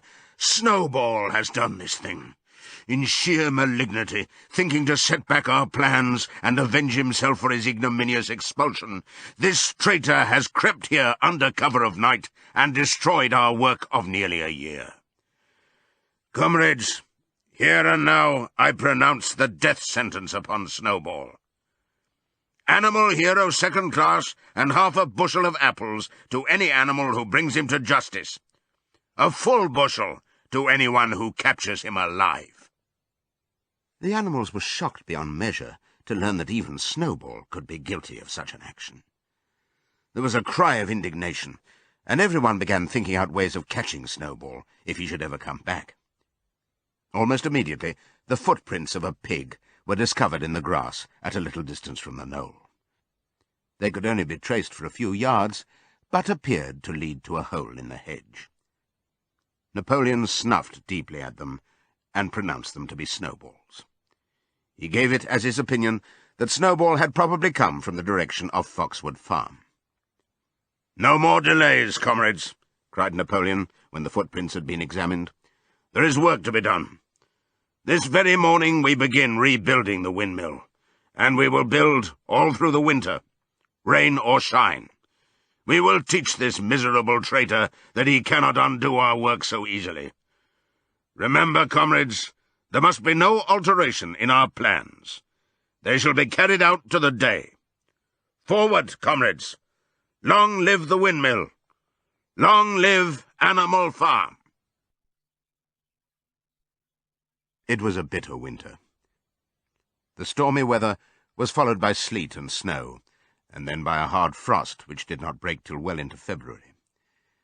The animals carried on as best they could with the rebuilding of the windmill, well knowing that the outside world was watching them, and that the envious human beings would rejoice and triumph if the mill were not finished on time. Out of spite, the human beings pretended not to believe that it was Snowball who had destroyed the windmill. They said that it had fallen down because the walls were too thin. The animals knew that this was not the case. Still, it had been decided to build the walls 3 feet thick this time, instead of 18 inches as before, which meant collecting much larger quantities of stone. For a long time, the quarry was full of snowdrifts, and nothing could be done. Some progress was made in the dry, frosty weather that followed, but it was cruel work, and the animals could not feel so hopeful about it as they had felt before. They were always cold, and usually hungry as well. Only Boxer and Clover never lost heart. Squealer made excellent speeches on the joy of service and the dignity of labour, but the other animals found more inspiration in Boxer's strength, and his never-failing cry of, "I will work harder." In January, food fell short. The corn ration was drastically reduced, and it was announced that an extra potato ration would be issued to make up for it. Then it was discovered that the greater part of the potato crop had been frosted in the clamps, which had not been covered thickly enough. The potatoes had become soft and discoloured, and only a few were edible. For days at a time, the animals had nothing to eat but chaff and mangles. Starvation seemed to stare them in the face. It was vitally necessary to conceal this fact from the outside world. Emboldened by the collapse of the windmill, the human beings were inventing fresh lies about Animal Farm. Once again, it was being put about that all the animals were dying of famine and disease, and that they were continually fighting among themselves, and had resorted to cannibalism and infanticide. Napoleon was well aware of the bad results that might follow if the real facts of the food situation were known, and he decided to make use of Mr. Whymper to spread a contrary impression. Hitherto, the animals had had little or no contact with Whymper on his weekly visits. Now, however, a few selected animals, mostly sheep, were instructed to remark casually in his hearing that rations had been increased. In addition, Napoleon ordered the almost empty bins in the store shed to be filled nearly to the brim with sand, which was then covered up with what remained of the grain and meal. On some suitable pretext, Whymper was led through the store shed and allowed to catch a glimpse of the bins. He was deceived, and continued to report to the outside world that there was no food shortage on Animal Farm. Nevertheless, towards the end of January, it became obvious that it would be necessary to procure some more grain from somewhere. In these days, Napoleon rarely appeared in public, but spent all his time in the farmhouse, which was guarded at each door by fierce-looking dogs. When he did emerge, it was in a ceremonial manner, with an escort of 6 dogs, who closely surrounded him and growled if anyone came too near. Frequently he did not even appear on Sunday mornings, but issued his orders through one of the other pigs, usually Squealer. One Sunday morning, Squealer announced that the hens, who had just come in to lay again, must surrender their eggs. Napoleon had accepted, through Whimper, a contract for 400 eggs a week. The price of these would pay for enough grain and meal to keep the farm going till summer came on and conditions were easier. When the hens heard this, they raised a terrible outcry. They had been warned earlier that this sacrifice might be necessary, but had not believed that it would really happen. They were just getting their clutches ready for the spring sitting, and they protested that to take the eggs away now was murder. For the first time since the expulsion of Jones, there was something resembling a rebellion. Led by 3 young black Minorca pullets, the hens made a determined effort to thwart Napoleon's wishes. Their method was to fly up to the rafters and there lay their eggs, which smashed to pieces on the floor. Napoleon acted swiftly and ruthlessly. He ordered the hens' rations to be stopped, and decreed that any animal giving so much as a grain of corn to a hen should be punished by death. The dogs saw to it that these orders were carried out.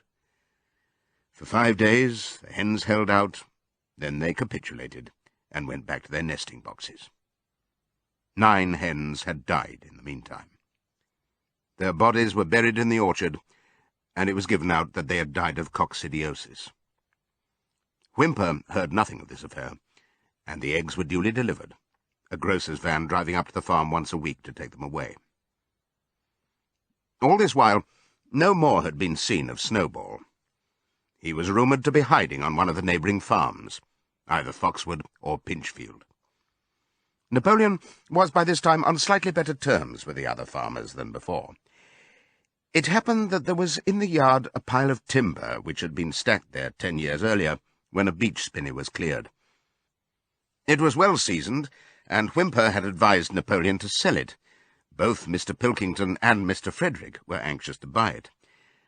Napoleon was hesitating between the two, unable to make up his mind. It was noticed that whenever he seemed on the point of coming to an agreement with Frederick, Snowball was declared to be in hiding at Foxwood, while when he inclined towards Pilkington, Snowball was said to be at Pinchfield. Suddenly, early in the spring, an alarming thing was discovered. Snowball was secretly frequenting the farm by night. The animals were so disturbed that they could hardly sleep in their stalls. Every night, it was said, he came creeping in under cover of darkness and performed all kinds of mischief. He stole the corn, he upset the milk pails, he broke the eggs, he trampled the seed beds, he gnawed the bark off the fruit trees. Whenever anything went wrong, it became usual to attribute it to Snowball. If a window was broken or a drain was blocked up, someone was certain to say that Snowball had come in the night and done it. And when the key of the store shed was lost, the whole farm was convinced that Snowball had thrown it down the well. Curiously enough, they went on believing this, even after the mislaid key was found under a sack of meal. The cows declared unanimously that Snowball crept into their stalls and milked them in their sleep. The rats, which had been troublesome that winter, were also said to be in league with Snowball. Napoleon decreed that there should be a full investigation into Snowball's activities. With his dogs in attendance, he set out and made a careful tour of inspection of the farm buildings, the other animals following at a respectful distance. At every few steps, Napoleon stopped and snuffed the ground for traces of Snowball's footsteps, which he said he could detect by the smell.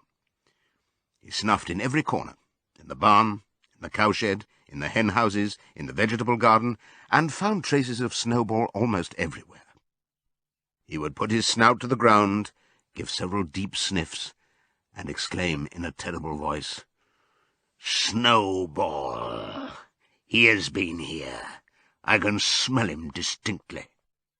And at the word Snowball, all the dogs let out blood-curdling growls and showed their side teeth. The animals were thoroughly frightened. It seemed to them as though Snowball was some kind of invisible influence, pervading the air about them and menacing them with all kinds of dangers. In the evening, Squealer called them together, and with an alarmed expression on his face, told them that he had some serious news to report. "Comrades," cried Squealer, making little nervous skips, "a most terrible thing has been discovered. Snowball has sold himself to Frederick of Pinchfield Farm, who is even now plotting to attack us and take our farm away from us. Snowball is to act as his guide when the attack begins. But there is worse than that.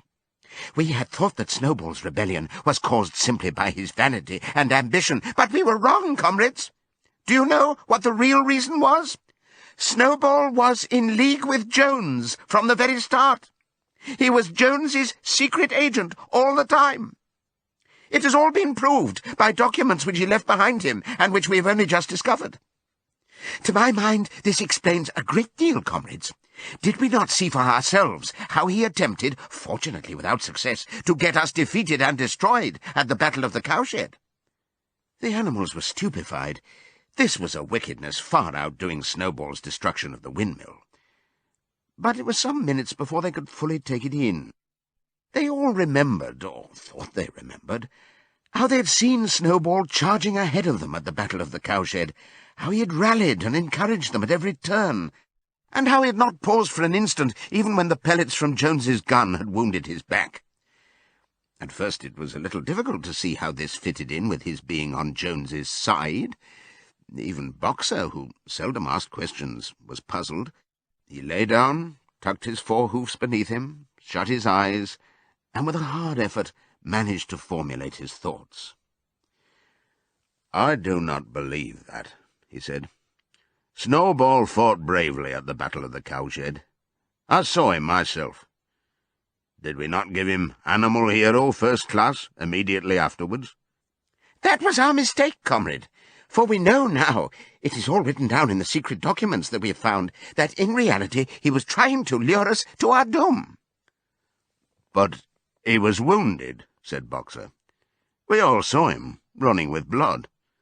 "That was part of the arrangement," cried Squealer. "Jones's shot only grazed him. I could show you this in his own writing, if you were able to read it. The plot was for Snowball, at the critical moment, to give the signal for flight and leave the field to the enemy, and he very nearly succeeded. I will even say, comrades, he would have succeeded if it had not been for our heroic leader, Comrade Napoleon. Do you not remember how, just at the moment when Jones and his men had got inside the yard, Snowball suddenly turned and fled, and many animals followed him? And do you not remember, too, that it was just at that moment, when panic was spreading and all seemed lost, that Comrade Napoleon sprang forward with a cry of death to humanity and sank his teeth in Jones's leg? Surely you remember that, comrades," exclaimed Squealer, frisking from side to side.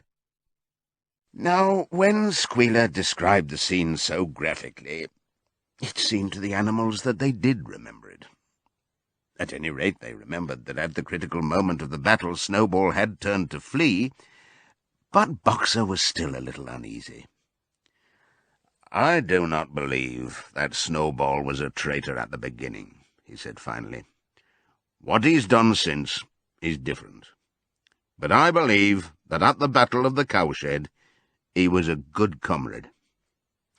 "Our leader, Comrade Napoleon," announced Squealer, speaking very slowly and firmly, "has stated categorically, comrade, that Snowball was Jones's agent from the very beginning. Yes, and from long before the rebellion was ever thought of." "Ah, that is different," said Boxer. "If Comrade Napoleon says it, it must be right." "That is the true spirit, comrade," cried Squealer. But it was noticed that he cast a very ugly look at Boxer with his little twinkling eyes. He turned to go, then paused and added impressively, "I warn every animal on this farm to keep his eyes very wide open, for we have reason to think that some of Snowball's secret agents are lurking among us at this moment." 4 days later, in the late afternoon, Napoleon ordered all the animals to assemble in the yard. When they were all gathered together, Napoleon emerged from the farmhouse, wearing both his medals, for he had recently awarded himself Animal Hero First Class and Animal Hero Second Class, with his 9 huge dogs frisking around him and uttering growls that sent shivers down all the animals' spines. They all cowered silently in their places, seeming to know in advance that some terrible thing was about to happen. Napoleon stood sternly surveying his audience. Then he uttered a high-pitched whimper. Immediately the dogs bounded forward, seized 4 of the pigs by the ear, and dragged them, squealing with pain and terror, to Napoleon's feet. The pigs' ears were bleeding, the dogs had tasted blood, and for a few moments they appeared to go quite mad. To the amazement of everybody, 3 of them flung themselves upon Boxer.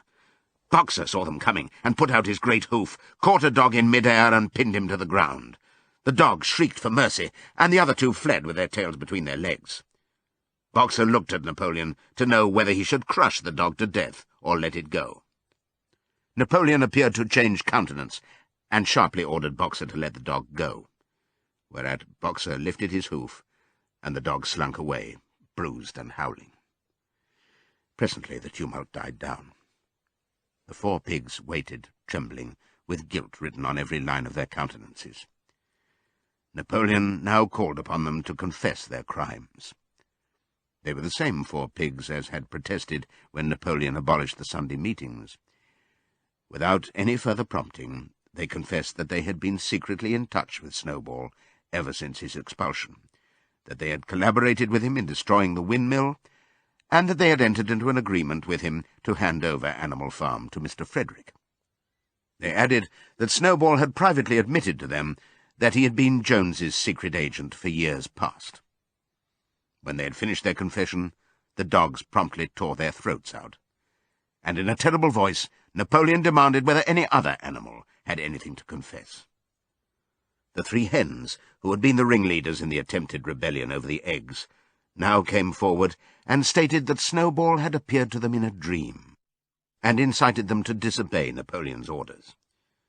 They, too, were slaughtered. Then a goose came forward, and confessed to having secreted 6 ears of corn during the last year's harvest, and eaten them in the night. Then a sheep confessed to having urinated in the drinking pool, urged to do this, so she said, by Snowball, and 2 other sheep confessed to having murdered an old ram, an especially devoted follower of Napoleon, by chasing him round and round a bonfire when he was suffering from a cough. They were all slain on the spot. And so the tale of confessions and executions went on, until there was a pile of corpses lying before Napoleon's feet, and the air was heavy with the smell of blood, which had been unknown there since the expulsion of Jones. When it was all over, the remaining animals, except for the pigs and dogs, crept away in a body. They were shaken and miserable. They did not know which was more shocking, treachery of the animals who had leagued themselves with Snowball, or the cruel retribution they had just witnessed. In the old days there had often been scenes of bloodshed, equally terrible, but it seemed to all of them that it was far worse now that it was happening among themselves. Since Jones had left the farm until today, no animal had killed another animal. Not even a rat had been killed. They had made their way onto the little knoll where the half-finished windmill stood, and with one accord they all lay down as though huddling together for warmth. Clover, Muriel, Benjamin, the cows, the sheep, and a whole flock of geese and hens. Everyone, indeed, except the cat, who had suddenly disappeared just before Napoleon ordered the animals to assemble. For some time nobody spoke. Only Boxer remained on his feet. He fidgeted to and fro, swishing his long black tail against his sides, and occasionally uttering a little whinny of surprise. Finally he said, "I do not understand it. I would not have believed that such things could happen on our farm. It must be due to some fault in ourselves. The solution, as I see it, is to work harder. From now onwards, I shall get up a full hour earlier in the mornings." And he moved off at his lumbering trot and made for the quarry. Having got there, he collected 2 successive loads of stone and dragged them down to the windmill before retiring for the night. The animals huddled about Clover, not speaking. The knoll where they were lying gave them a wide prospect across the countryside, Most of Animal Farm was within their view. The long pasture stretching down to the main road, the hayfield, the spinney, the drinking pool, the ploughed fields where the young wheat was thick and green, and the red roofs of the farm buildings with the smoke curling from the chimneys. It was a clear spring evening. The grass and the bursting hedges were gilded by the level rays of the sun. Never had the farm, and with a kind of surprise they remembered that it was their own farm, every inch of it their own property, appeared to the animals so desirable a place. As Clover looked down the hillside, her eyes filled with tears. If she could have spoken her thoughts, it would have been to say that this was not what they had aimed at when they had set themselves years ago to work for the overthrow of the human race. These scenes of terror and slaughter were not what they had looked forward to on that night when old Major first stirred them to rebellion. If she herself had had any picture of the future, it had been of a society of animals set free from hunger and the whip, all equal, each working according to his capacity, the strong protecting the weak, as she had protected the lost brood of ducklings with her foreleg on the night of Major's speech. Instead, she did not know why, they had come to a time when no one dared speak his mind, when fierce growling dogs roamed everywhere, and when you had to watch your comrades torn to pieces after confessing to shocking crimes. There was no thought of rebellion or disobedience in her mind. She knew that, even as things were, they were far better off than they had been in the days of Jones, and that before all else it was needful to prevent the return of the human beings. Whatever happened, she would remain faithful, work hard, carry out the orders that were given to her, and accept the leadership of Napoleon. But still, it was not for this that she and all the other animals had hoped and toiled. It was not for this that they had built the windmill and faced the pellets of Jones's gun. Such were her thoughts, though she lacked the words to express them. At last, feeling this to be in some way a substitute for the words she was unable to find, she began to sing Beasts of England. The other animals sitting round her took it up, and they sang it 3 times over, very tunefully, but slowly and mournfully, in a way they'd never sung it before. They'd just finished singing it for the 3rd time, when Squealer, attended by 2 dogs, approached them with the air of having something important to say. He announced that, by special decree of Comrade Napoleon, Beasts of England had been abolished. From now onwards it was forbidden to sing it. The animals were taken aback. "Why?" cried Muriel. "It is no longer needed, comrade," said Squealer stiffly. "Beasts of England was the song of the rebellion. But the rebellion is now completed. The execution of the traitors this afternoon was the final act. The enemy, both external and internal, has been defeated. In Beasts of England we expressed our longing for a better society in days to come. But that society has now been established. Clearly this song has no longer any purpose." Frightened though they were, some of the animals might possibly have protested, but at this moment the sheep set up their usual bleating of 4 legs good, 2 legs bad, which went on for several minutes, and put an end to the discussion. So Beasts of England was heard no more. In its place, Minimus, the poet, had composed another song, which began, Animal farm, never through me shalt thou come to harm, and this was sung every Sunday morning after the hoisting of the flag. But somehow neither the words nor the tune ever seemed to the animals to come up to Beasts of England. A few days later, when the terror caused by the executions had died down, some of the animals remembered, or thought they remembered, that the 6th commandment decreed, "No animal shall kill any other animal." And though no one cared to mention it in the hearing of the pigs or the dogs, It was felt that the killings which had taken place did not square with this. Clover asked Benjamin to read her the sixth commandment, and when Benjamin, as usual, said that he refused to meddle in such matters, she fetched Muriel. Muriel read the commandment for her. It ran, "No animal shall kill any other animal without cause."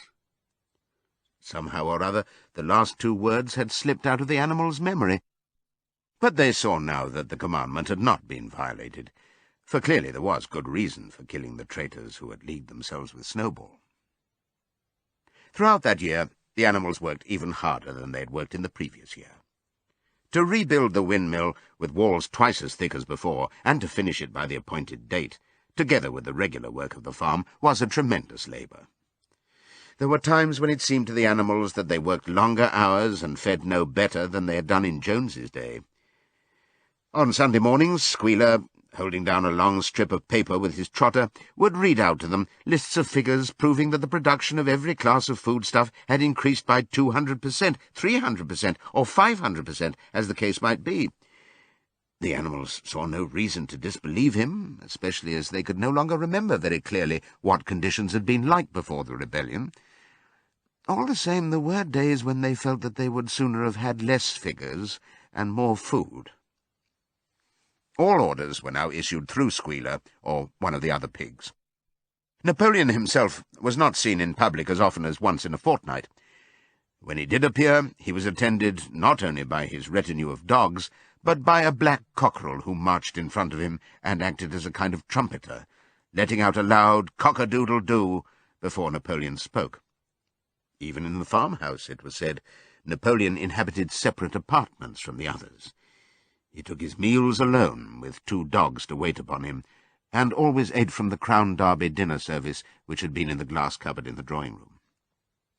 It was also announced that the gun would be fired every year on Napoleon's birthday, as well as on the other 2 anniversaries.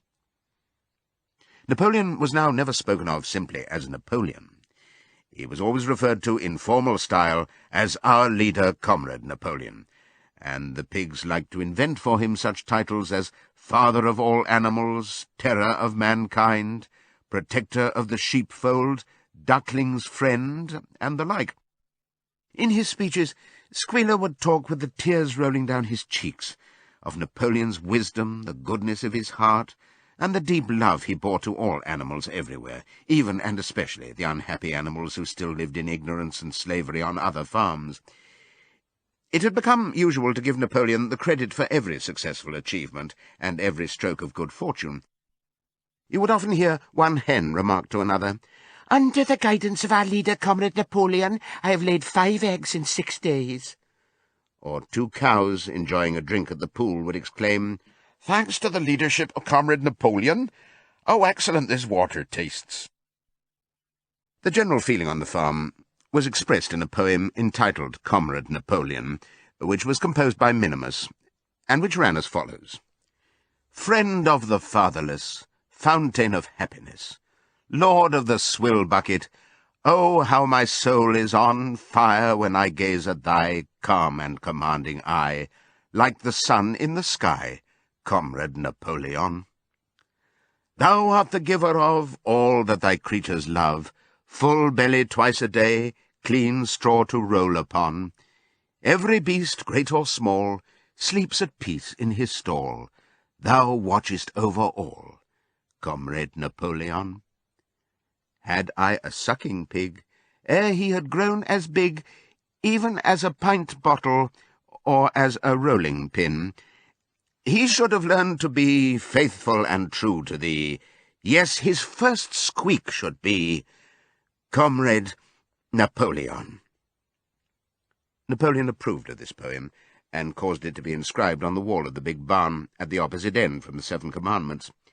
It was surmounted by a portrait of Napoleon in profile, executed by Squealer in white paint.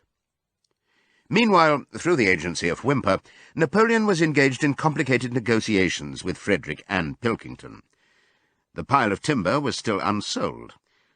Of the 2, Frederick was the more anxious to get hold of it, but he would not offer a reasonable price. At the same time, there were renewed rumours that Frederick and his men were plotting to attack Animal Farm and to destroy the windmill, the building of which had aroused furious jealousy in him. Snowball was known to be still skulking on Pinchfield Farm. In the middle of the summer, the animals were alarmed to hear that 3 hens had come forward and confessed that, inspired by Snowball, they had entered into a plot to murder Napoleon. They were executed immediately, and fresh precautions for Napoleon's safety were taken. 4 dogs guarded his bed at night, 1 at each corner, and a young pig named Pink-Eye was given the task of tasting all his food before he ate it, lest it should be poisoned. At about the same time, it was given out that Napoleon had arranged to sell the pile of timber to Mr. Pilkington. He was also going to enter into a regular agreement for the exchange of certain products between Animal Farm and Foxwood. The relations between Napoleon and Pilkington, though they were only conducted through Whymper, were now almost friendly. The animals distrusted Pilkington as a human being, but greatly preferred him to Frederick, whom they both feared and hated. As the summer wore on, and the windmill neared completion, the rumours of an impending treacherous attack grew stronger and stronger. Frederick, it was said, intended to bring against them 20 men, all armed with guns, and he had already bribed the magistrates and police, so that if he could once get hold of the title deeds of Animal Farm, they would ask no questions. Moreover, terrible stories were leaking out from Pinchfield about the cruelties that Frederick practised upon his animals. He had flogged an old horse to death, he starved his cows, he'd killed a dog by throwing it into the furnace, he amused himself in the evenings by making cocks fight with splinters of razor-blade tied to their spurs. The animals' blood boiled with rage when they heard of these things being done to their comrades, and sometimes they clamoured to be allowed to go out in a body and attack Pinchfield Farm, drive out the humans, and set the animals free. But Squealer counselled them to avoid rash actions and trust in Comrade Napoleon's strategy. Nevertheless, feeling against Frederick continued to run high. One Sunday morning, Napoleon appeared in the barn and explained that he had never at any time contemplated selling the pile of timber to Frederick. He considered it beneath his dignity, he said, to have dealings with scoundrels of that description. The pigeons, who were still sent out to spread tidings of the rebellion, were forbidden to set foot anywhere on Foxwood, and were also ordered to drop their former slogan of death to humanity in favour of death to Frederick. In the late summer, yet another of Snowball's machinations was laid bare. The wheat crop was full of weeds, and it was discovered that on one of his nocturnal visits Snowball had mixed weed seeds with the seed corn. A gander, who had been privy to the plot, had confessed his guilt to Squealer, and immediately committed suicide by swallowing deadly nightshade berries. The animals now also learned that Snowball had never, as many of them had believed hitherto, received the Order of Animal Hero First Class. This was merely a legend, which had been spread some time after the Battle of the Cowshed by Snowball himself. So far from being decorated, he had been censured for showing cowardice in the battle. Once again, some of the animals heard this with a certain bewilderment, but Squealer was soon able to convince them that their memories had been at fault. Side 3. In the autumn, by a tremendous, exhausting effort, for the harvest had to be gathered at almost the same time, the windmill was finished. The machinery had still to be installed, and Whymper was negotiating the purchase of it, but the structure was completed. In the teeth of every difficulty, in spite of inexperience, of primitive implements, of bad luck, and of Snowball's treachery, the work had been finished punctually to the very day. Tired out but proud, the animals walked round and round their masterpiece, which appeared even more beautiful in their eyes than when it had been built the first time. Moreover, the walls were twice as thick as before. Nothing short of explosives would lay them low this time. And when they thought of how they had laboured, what discouragements they had overcome, and the enormous difference that would be made in their lives when the sails were turning and the dynamos running, when they thought of all this, their tiredness forsook them, and they gambolled round and round the windmill, uttering cries of triumph. Napoleon himself, attended by his dogs and his cockerel, came down to inspect the completed work. He personally congratulated the animals on their achievement, and announced that the mill would be named Napoleon Mill.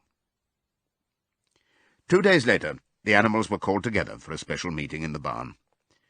They were struck dumb with surprise when Napoleon announced that he had sold the pile of timber to Frederick. Tomorrow Frederick's wagons would arrive and begin carting it away. Throughout the whole period of his seeming friendship with Pilkington, Napoleon had really been in secret agreement with Frederick. All relations with Foxwood had been broken off. Insulting messages had been sent to Pilkington. The pigeons had been told to avoid Pinchfield Farm and to alter their slogan from "Death to Frederick" to "Death to Pilkington." At the same time, Napoleon assured the animals that the stories of an impending attack on Animal Farm were completely untrue, and that the tales about Frederick's cruelty to his own animals had been greatly exaggerated. All these rumours had probably originated with Snowball and his agents. It now appeared that Snowball was not, after all, hiding on Pinchfield Farm, and in fact had never been there in his life. He was living, in considerable luxury, so it was said, at Foxwood, and had in reality been a pensioner of Pilkington for years past. The pigs were in ecstasies over Napoleon's cunning. By seeming to be friendly with Pilkington, he had forced Frederick to raise his price by £12. But the superior quality of Napoleon's mind, said Squealer, was shown in the fact that he trusted nobody, not even Frederick. Frederick had wanted to pay for the timber with something called a cheque, which, it seemed, was a piece of paper with a promise to pay written upon it. But Napoleon was too clever for him. He had demanded payment in real £5 notes, which were to be handed over before the timber was removed. Already Frederick had paid up, and the sum he had paid was just enough to buy the machinery for the windmill. Meanwhile, the timber was being carted away at high speed. When it was all gone, another special meeting was held in the barn for the animals to inspect Frederick's banknotes. Smiling beatifically, and wearing both his decorations, Napoleon reposed on a bed of straw on the platform, with the money at his side, neatly piled on a china dish from the farmhouse kitchen. The animals filed slowly past, and each gazed his fill. And Boxer put out his nose to sniff at the banknotes, and the flimsy white things stirred and rustled in his breath.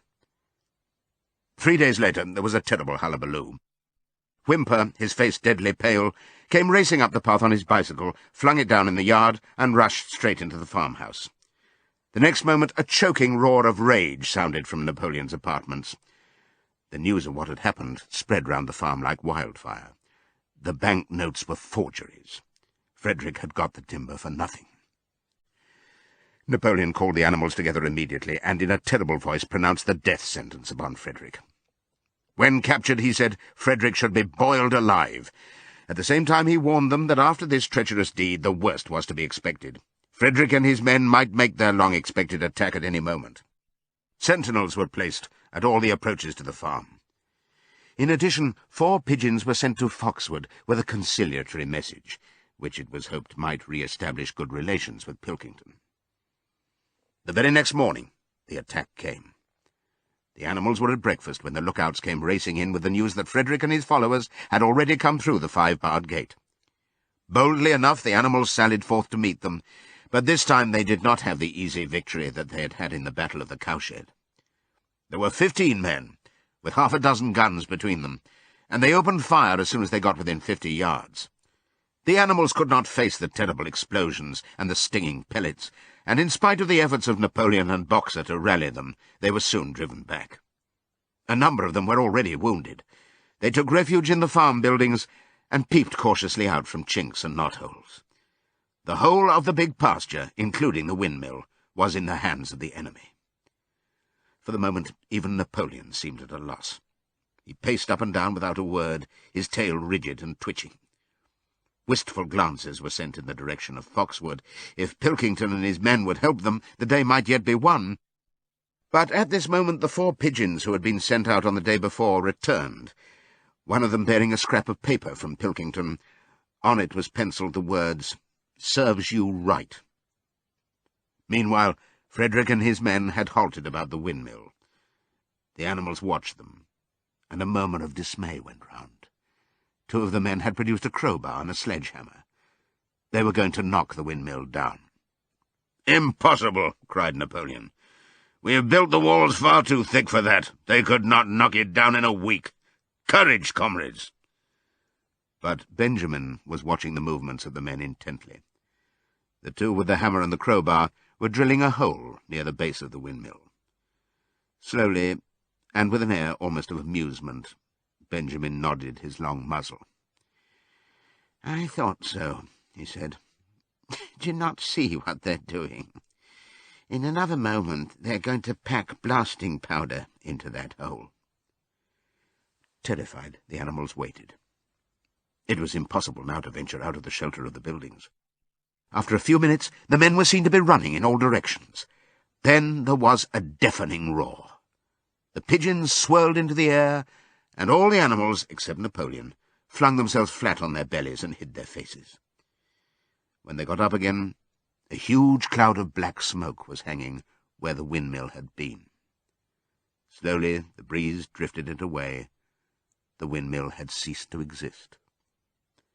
At this sight, the animals' courage returned to them. The fear and despair they had felt a moment earlier were drowned in their rage against this vile, contemptible act.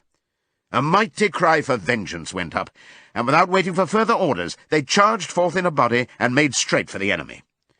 This time they did not heed the cruel pellets that swept over them like hail. It was a savage, bitter battle. The men fired again and again, and when the animals got to close quarters, lashed out with their sticks and their heavy boots. A cow, 3 sheep, and 2 geese were killed, and nearly everyone was wounded. Even Napoleon, who was directing operations from the rear, had the tip of his tail chipped by a pellet, but the men did not go unscathed either. 3 of them had their heads broken by blows from Boxer's hoofs, another was gored in the belly by a cow's horn, another had his trousers nearly torn off by Jessie and Bluebell. And when the 9 dogs of Napoleon's own bodyguard, whom he had instructed to make a detour under cover of the hedge, suddenly appeared on the men's flank, baying ferociously, panic overtook them. They saw that they were in danger of being surrounded. Frederick shouted to his men to get out while the going was good, and the next moment the cowardly enemy was running for dear life. The animals chased them right down to the bottom of the field and got in some last kicks at them as they forced their way through the thorn hedge. They had won, but they were weary and bleeding. Slowly they began to limp back towards the farm. The sight of their dead comrades, stretched upon the grass, moved some of them to tears.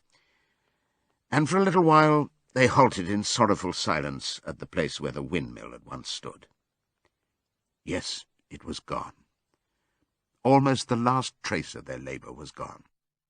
Even the foundations were partially destroyed, and in rebuilding it they could not this time, as before, make use of the fallen stones. This time the stones had vanished too. The force of the explosion had flung them to distances of hundreds of yards. It was as though the windmill had never been. As they approached the farm, Squealer, who had unaccountably been absent during the fighting, came skipping towards them, whisking his tail and beaming with satisfaction. And the animals heard, from the direction of the farm buildings, the solemn booming of a gun. "What is that gun firing for?" said Boxer. "To celebrate our victory," cried Squealer. "What victory?" said Boxer. His knees were bleeding, he had lost a shoe and split his hoof, and a dozen pellets had lodged themselves in his hind leg. "What victory, comrade? Have we not driven the enemy off our soil, the sacred soil of Animal Farm?" "But they have destroyed the windmill, and we'd worked on it for 2 years. "What matter? We will build another windmill. We will build 6 windmills if we feel like it. You do not appreciate, comrade, the mighty thing that we have done. The enemy was in occupation of this very ground that we stand upon, and now, thanks to the leadership of Comrade Napoleon, we have won every inch of it back again." "Then we've won back what we had before," said Boxer. "That is our victory," said Squealer. They limped into the yard. The pellets under the skin of Boxer's leg smarted painfully. He saw ahead of him the heavy labour of rebuilding the windmill from the foundations, and already in imagination he braced himself for the task. But for the first time it occurred to him that he was 11 years old, and that perhaps his great muscles were not quite what they had once been.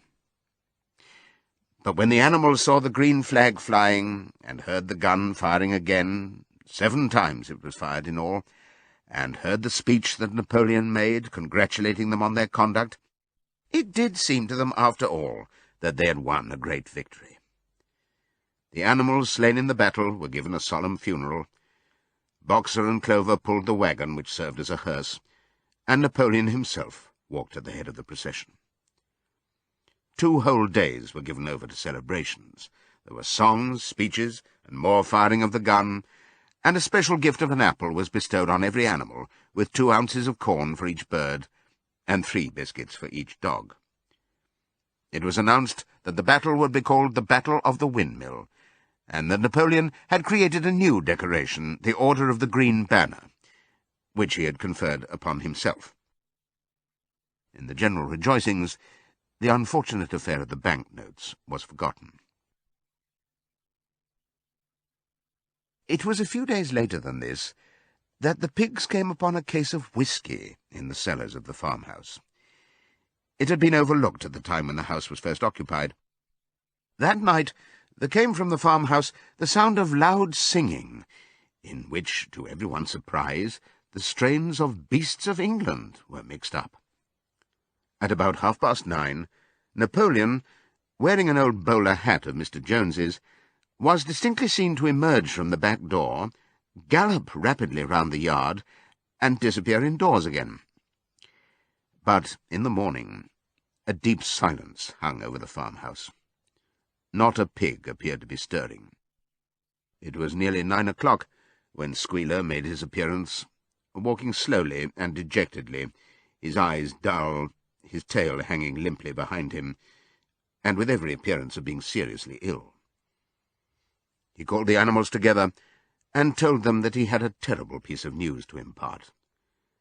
Comrade Napoleon was dying. A cry of lamentation went up. Straw was laid down outside the doors of the farmhouse, and the animals walked on tiptoe.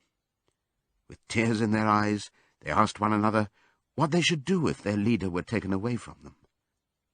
A rumour went round that Snowball had, after all, contrived to introduce poison into Napoleon's food. At 11 o'clock, Squealer came out to make another announcement. As his last act upon earth, Comrade Napoleon had pronounced a solemn decree. The drinking of alcohol was to be punished by death. By the evening, however, Napoleon appeared to be somewhat better, and the following morning Squealer was able to tell them that he was well on the way to recovery. By the evening of that day, Napoleon was back at work, and on the next day it was learned that he had instructed Wimber to purchase in Willingdon some booklets on brewing and distilling. A week later, Napoleon gave orders that the small paddock beyond the orchard, which it had previously been intended to set aside as a grazing ground for animals who were past work, was to be ploughed up. It was given out that the pasture was exhausted and needed reseeding, but it soon became known that Napoleon intended to sow it with barley. About this time there occurred a strange incident which hardly anyone was able to understand. One night, at about 12 o'clock, there was a loud crash in the yard, and the animals rushed out of their stalls. It was a moonlit night. At the foot of the end wall of the big barn, where the 7 commandments were written, there lay a ladder, broken in 2 pieces. Squealer, temporarily stunned, was sprawling beside it, and near at hand there lay a lantern, a paintbrush, and an overturned pot of white paint. The dogs immediately made a ring round Squealer, and escorted him back to the farmhouse as soon as he was able to walk. None of the animals could form any idea as to what this meant, except old Benjamin, who nodded his muzzle with a knowing air, and seemed to understand, but would say nothing. But a few days later, Muriel, reading over the 7 commandments to herself, noticed that there was yet another of them which the animals had remembered wrong. They had thought that the 5th commandment was, "No animal shall drink alcohol," but there were 2 words that they'd forgotten. Actually, the commandment read, "No animal shall drink alcohol to excess." Boxer's split hoof was a long time in healing. They had started the rebuilding of the windmill the day after the victory celebrations were ended. Boxer refused to take even a day off work, and made it a point of honour not to let it be seen that he was in pain. In the evenings he would admit privately to Clover that the hoof troubled him a great deal.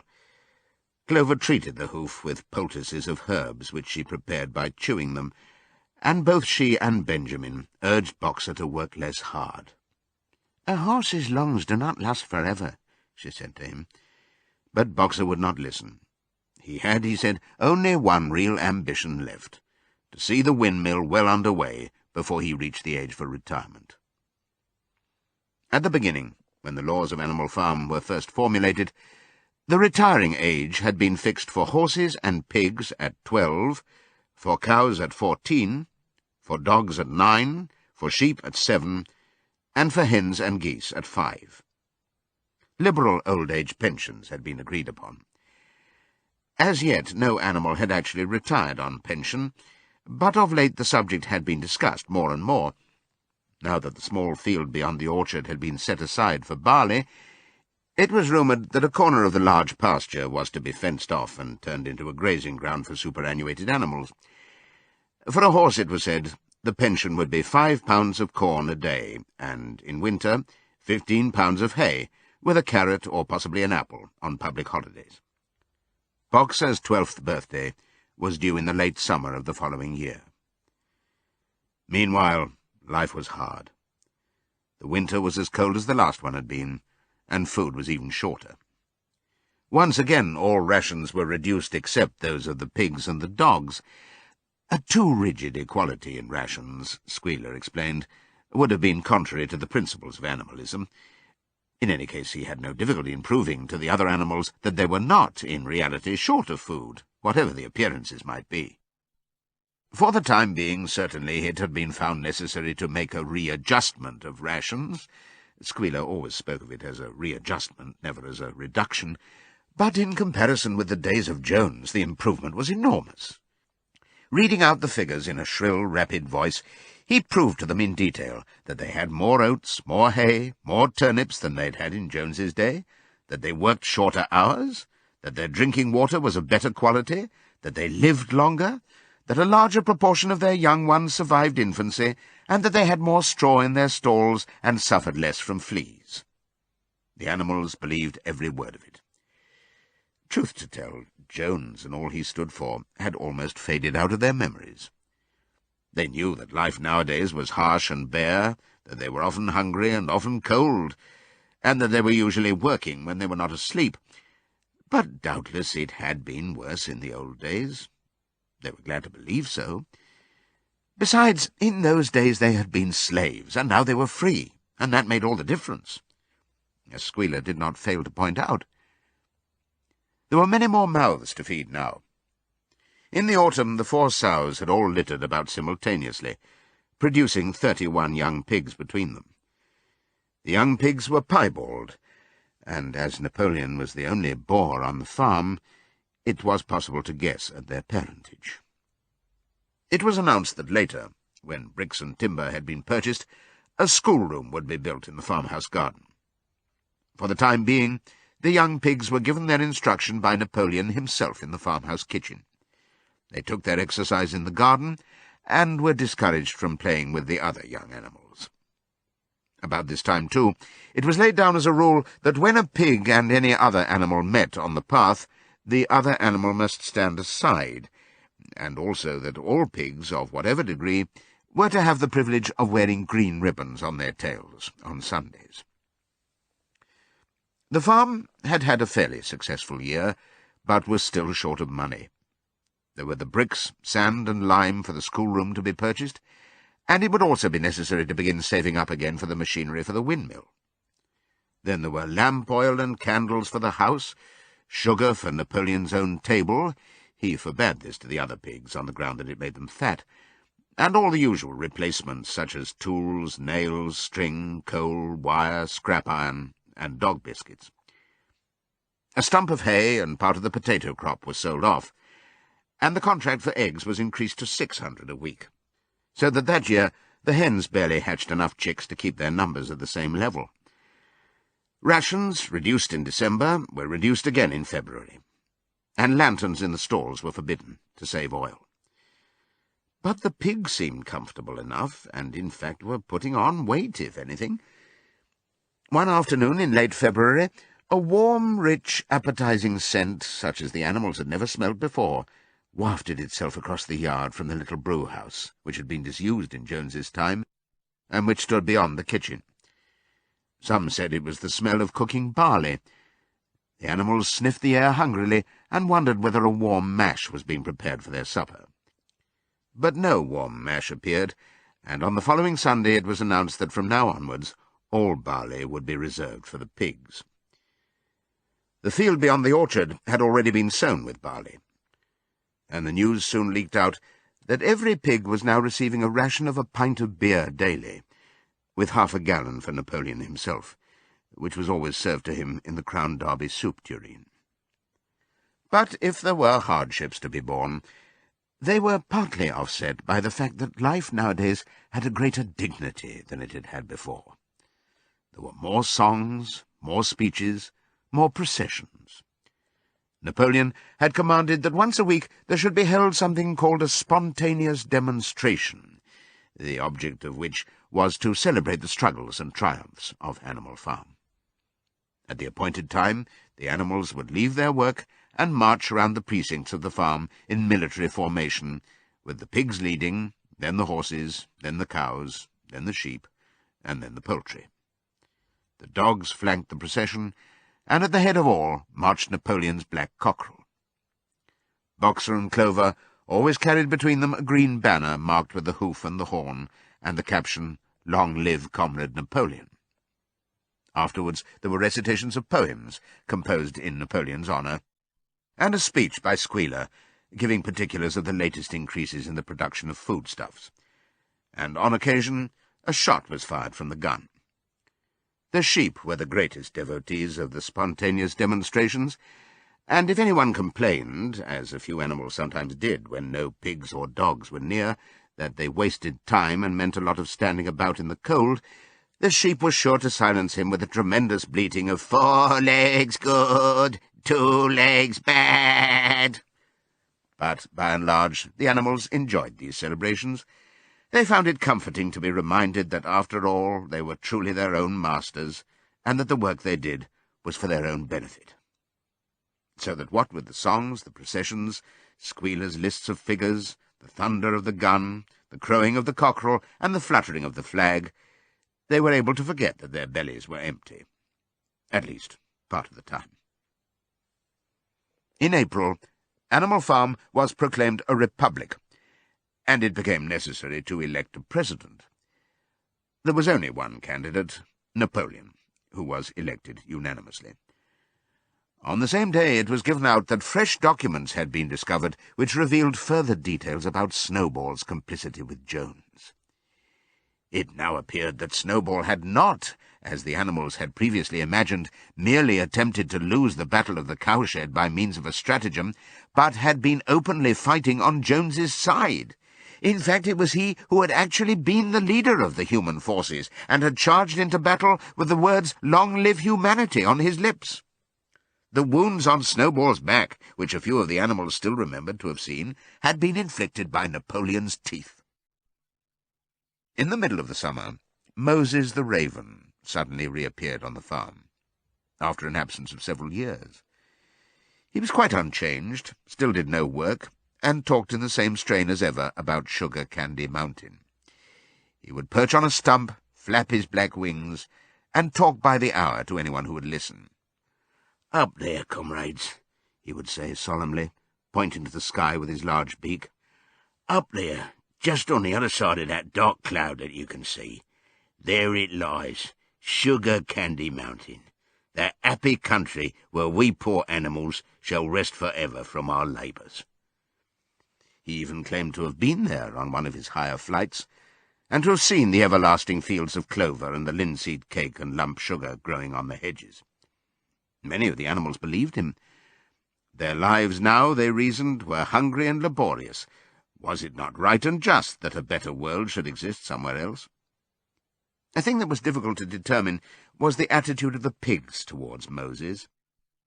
They all declared contemptuously that his stories about Sugar Candy Mountain were lies, and yet they allowed him to remain on the farm, not working, with an allowance of a gill of beer a day. After his hoof had healed up, Boxer worked harder than ever. Indeed, all the animals worked like slaves that year. Apart from the regular work of the farm and the rebuilding of the windmill, there was the schoolhouse for the young pigs, which was started in March. Sometimes the long hours on insufficient food were hard to bear, but Boxer never faltered. In nothing that he said or did was there any sign that his strength was not what it had been. It was only his appearance that was a little altered. His hide was less shiny than it had used to be, and his great haunches seemed to have shrunken. The others said, "Boxer will pick up when the spring grass comes on," but the spring grass came, and Boxer grew no fatter. Sometimes on the slope leading to the top of the quarry, when he braced his muscles against the weight of some vast boulder, it seemed that nothing kept him on his feet except the will to continue. At such times his lips were seen to form the words, "I will work harder." He had no voice left. Once again Clover and Benjamin warned him to take care of his health, but Boxer paid no attention. His 12th birthday was approaching. He did not care what happened, so long as a good store of stone was accumulated before he went on pension. Late one evening, in the summer, a sudden rumour ran round the farm that something had happened to Boxer. He had gone out alone to drag a load of stone down to the windmill. And sure enough, the rumour was true. A few minutes later, 2 pigeons came racing in with the news, "Boxer has fallen! He's lying on his side and can't get up!" About half the animals on the farm rushed out to the knoll where the windmill stood. There lay Boxer, between the shafts of the cart, his neck stretched out, unable even to raise his head.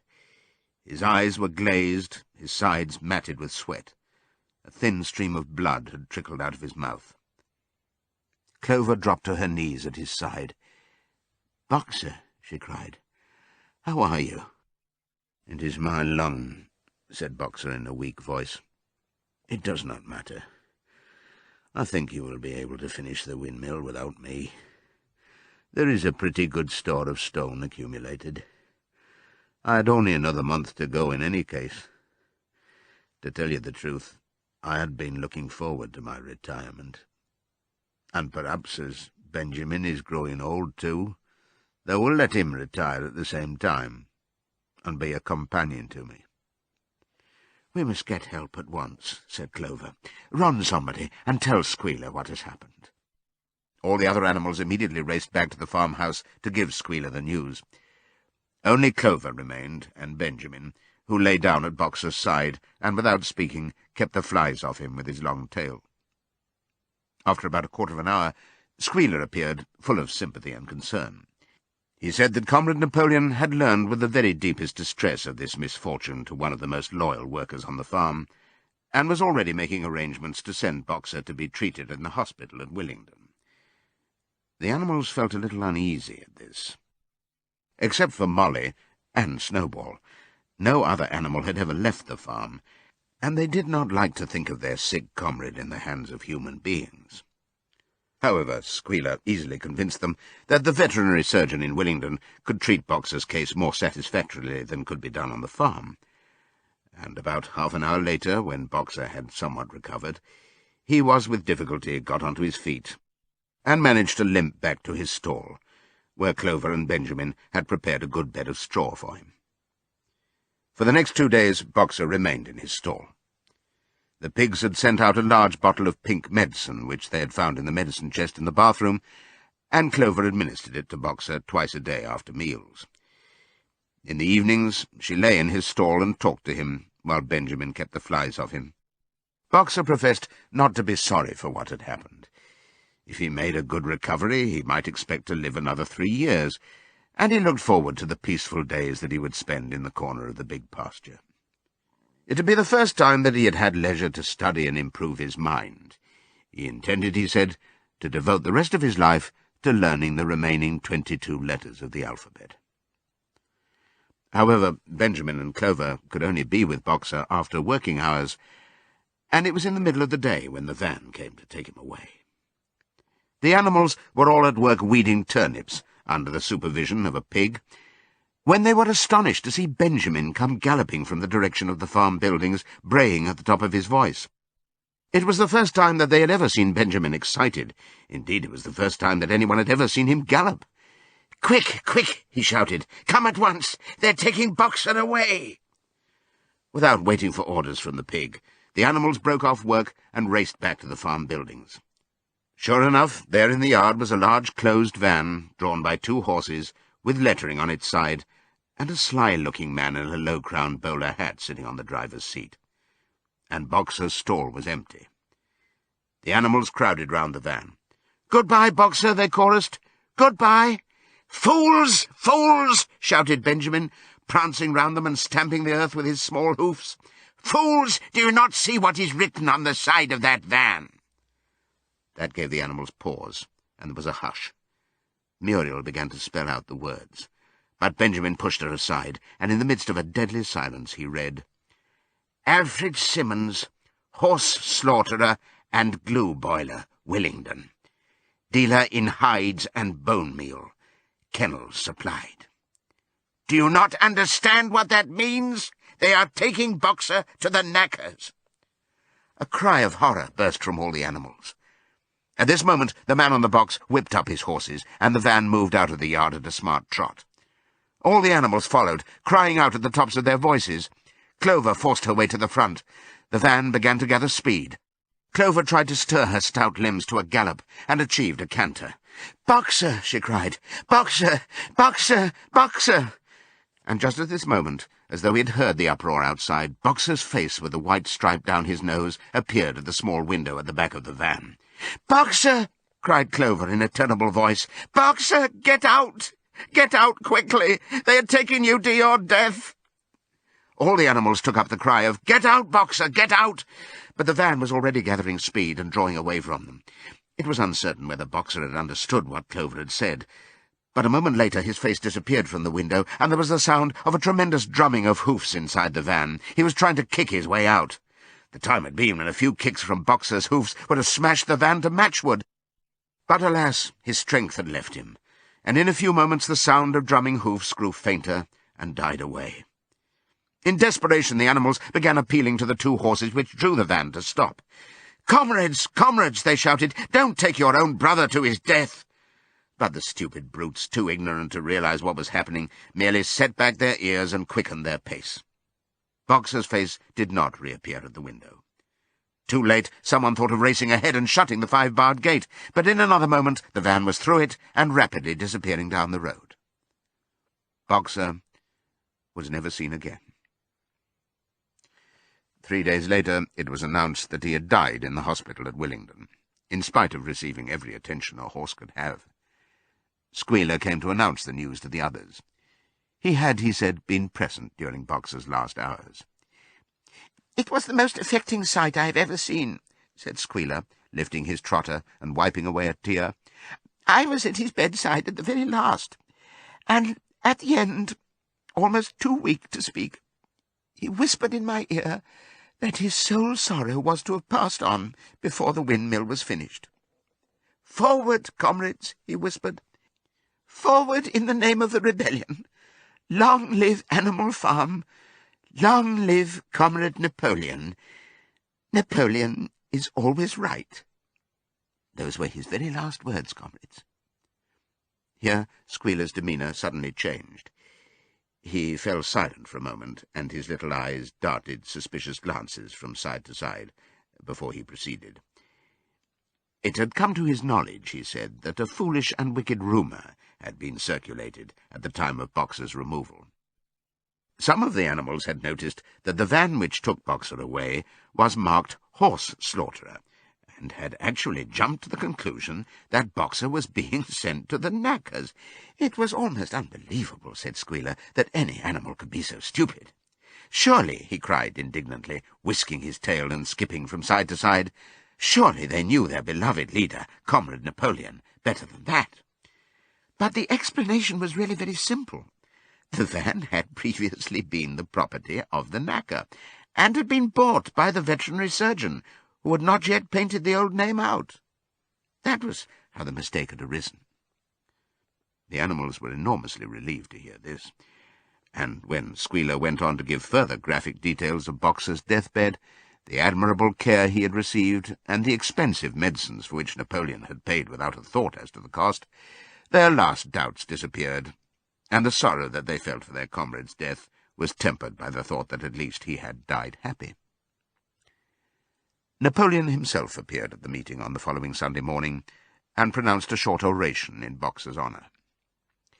It had not been possible, he said, to bring back their lamented comrade's remains for interment on the farm, but he had ordered a large wreath to be made from the laurels in the farmhouse garden and sent down to be placed on Boxer's grave.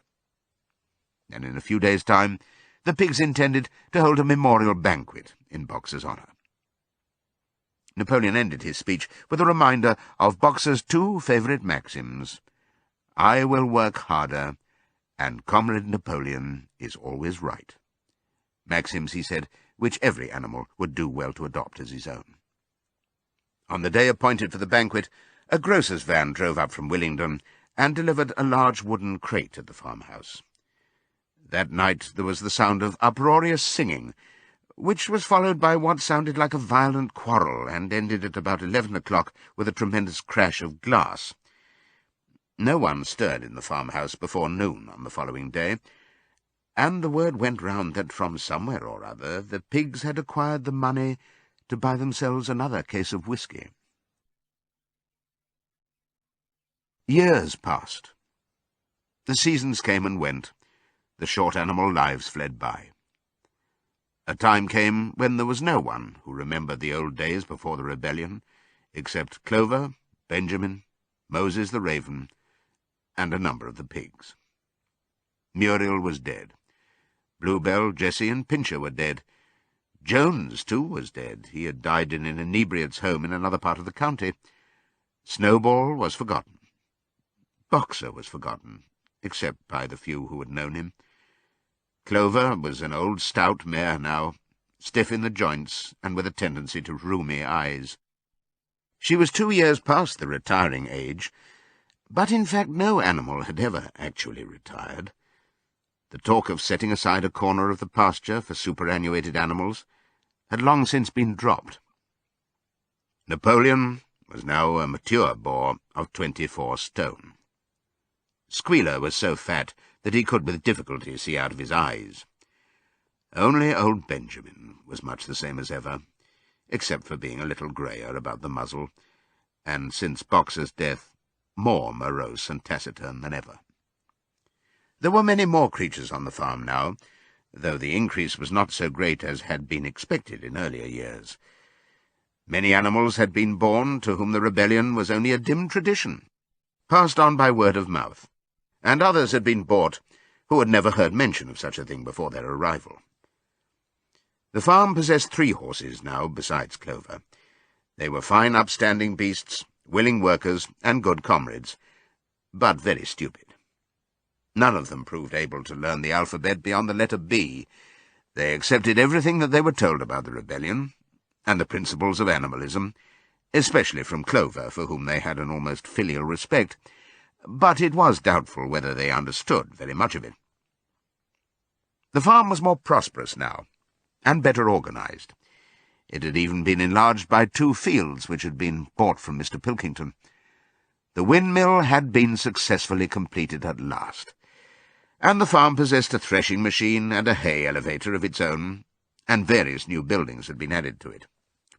Whymper had bought himself a dog-cart. The windmill, however, had not after all been used for generating electrical power. It was used for milling corn, and brought in a handsome money profit. The animals were hard at work building yet another windmill. When that one was finished, so it was said, the dynamos would be installed. But the luxuries of which Snowball had once taught the animals to dream, the stalls with electric light and hot and cold water, and the 3-day week, were no longer talked about. Napoleon had denounced such ideas as contrary to the spirit of animalism. The truest happiness, he said, lay in working hard and living frugally. Somehow it seemed as though the farm had grown richer without making the animals themselves any richer, except, of course, for the pigs and the dogs. Perhaps this was partly because there were so many pigs and so many dogs. It was not that these creatures did not work after their fashion. There was, as Squealer was never tired of explaining, endless work in the supervision and organization of the farm.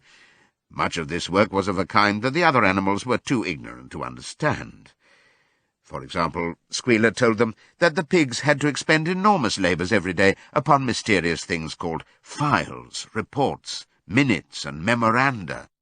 These were large sheets of paper which had to be closely covered with writing, and as soon as they were so covered, they were burnt in the furnace. This was of the highest importance for the welfare of the farm, Squealer said. But still, neither pigs nor dogs produced any food by their own labour, and there were very many of them, and their appetites were always good.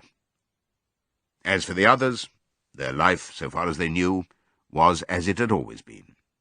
They were generally hungry, they slept on straw, they drank from the pool, they laboured in the fields. In winter they were troubled by the cold, and in summer by the flies.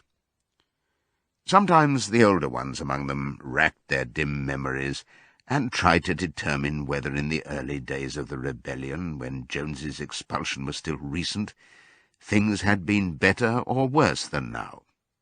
They could not remember. There was nothing with which they could compare their present lives. They had nothing to go upon except Squealer's lists of figures, which invariably demonstrated that everything was getting better and better. The animals found the problem insoluble. In any case, they had little time for speculating on such things now. Only old Benjamin professed to remember every detail of his long life, and to know that things never had been, nor ever could be, much better or much worse. Hunger, hardship, and disappointment being, so he said, the unalterable law of life. And yet the animals never gave up hope. More, they never lost, even for an instant, their sense of honour and privilege in being members of Animal Farm. They were still the only farm in the whole country, in all England, owned and operated by animals. Not one of them, not even the youngest, not even the newcomers who had been brought from farms 10 or 20 miles away, ever ceased to marvel at that. And when they heard the gun booming and saw the green flag fluttering at the masthead, their hearts swelled with imperishable pride, and the talk turned always towards the old heroic days, the expulsion of Jones, the writing of the 7 Commandments, the great battles in which the human invaders had been defeated. None of the old dreams had been abandoned. The Republic of the Animals, which Major had foretold, when the green fields of England should be untrodden by human feet, was still believed in. Some day it was coming. It might not be soon, it might not be within the lifetime of any animal now living, but still it was coming. Even the tune of Beasts of England was perhaps hummed secretly here and there. At any rate, it was a fact that every animal on the farm knew it, though no one would have dared to sing it aloud. It might be that their lives were hard and that not all of their hopes had been fulfilled, but they were conscious that they were not as other animals. If they went hungry, it was not from feeding tyrannical human beings. If they worked hard, at least they worked for themselves. No creature among them went upon 2 legs. No creature called any other creature master. All animals were equal. One day in early summer, Squealer ordered the sheep to follow him, and led them out to a piece of waste ground at the other end of the farm, which had become overgrown with birch saplings. The sheep spent the whole day there, browsing at the leaves under Squealer's supervision. In the evening he returned to the farmhouse himself, but, as it was warm weather, told the sheep to stay where they were. It ended by their remaining there for a whole week, during which time the other animals saw nothing of them. Squealer was with them for the greater part of every day. He was, he said, teaching them to sing a new song, for which privacy was needed. It was just after the sheep had returned, on a pleasant evening when the animals had finished work and were making their way back to the farm buildings, that the terrified neighing of a horse sounded from the yard. Startled, the animals stopped in their tracks. It was Clover's voice. She neighed again, and all the animals broke into a gallop and rushed into the yard. Then they saw what Clover had seen. It was a pig walking on his hind legs. Yes, it was Squealer. A little awkwardly, as though not quite used to supporting his considerable bulk in that position, but with perfect balance, he was strolling across the yard. And a moment later, out from the door of the farmhouse came a long file of pigs, all walking on their hind legs. Some did it better than others. One or two were even a trifle unsteady and looked as though they would have liked the support of a stick, but every one of them made his way right round the yard successfully. And finally there was a tremendous baying of dogs and a shrill crowing from the black cockerel, and out came Napoleon himself, majestically upright, casting haughty glances from side to side, and with his dogs gambolling round him. He carried a whip in his trotter. There was a deadly silence. Amazed, terrified, huddling together, the animals watched the long line of pigs march slowly round the yard. It was as though the world had turned upside down. Then there came a moment when the first shock had worn off, and when, in spite of everything, in spite of the terror of the dogs and of the habit developed through long years of never complaining, never criticizing, no matter what happened, they might have uttered some word of protest. But just at that moment, as though at a signal, all the sheep burst out into a tremendous bleating of, "4 legs good, 2 legs better, 4 legs good, 2 legs better, 4 legs good, 2 legs better." It went on for 5 minutes without stopping, and by the time the sheep had quietened down, the chance to utter any protest had passed, for the pigs had marched back into the farmhouse. Benjamin felt a nose nuzzling at his shoulder. He looked round. It was Clover. Her old eyes looked dimmer than ever. Without saying anything, she tugged gently at his mane and led him round to the end of the big barn, where the 7 commandments were written. For a minute or two they stood gazing at the tarred wall with its white lettering. "My sight is failing," she said finally. "Even when I was young I could not have read what was written there. But it appears to me that that wall looks different. Are the 7 commandments the same as they used to be, Benjamin?" For once Benjamin consented to break his rule, and he read out to her what was written on the wall. There was nothing there now, except a single commandment. It ran, "All animals are equal, but some animals are more equal than others."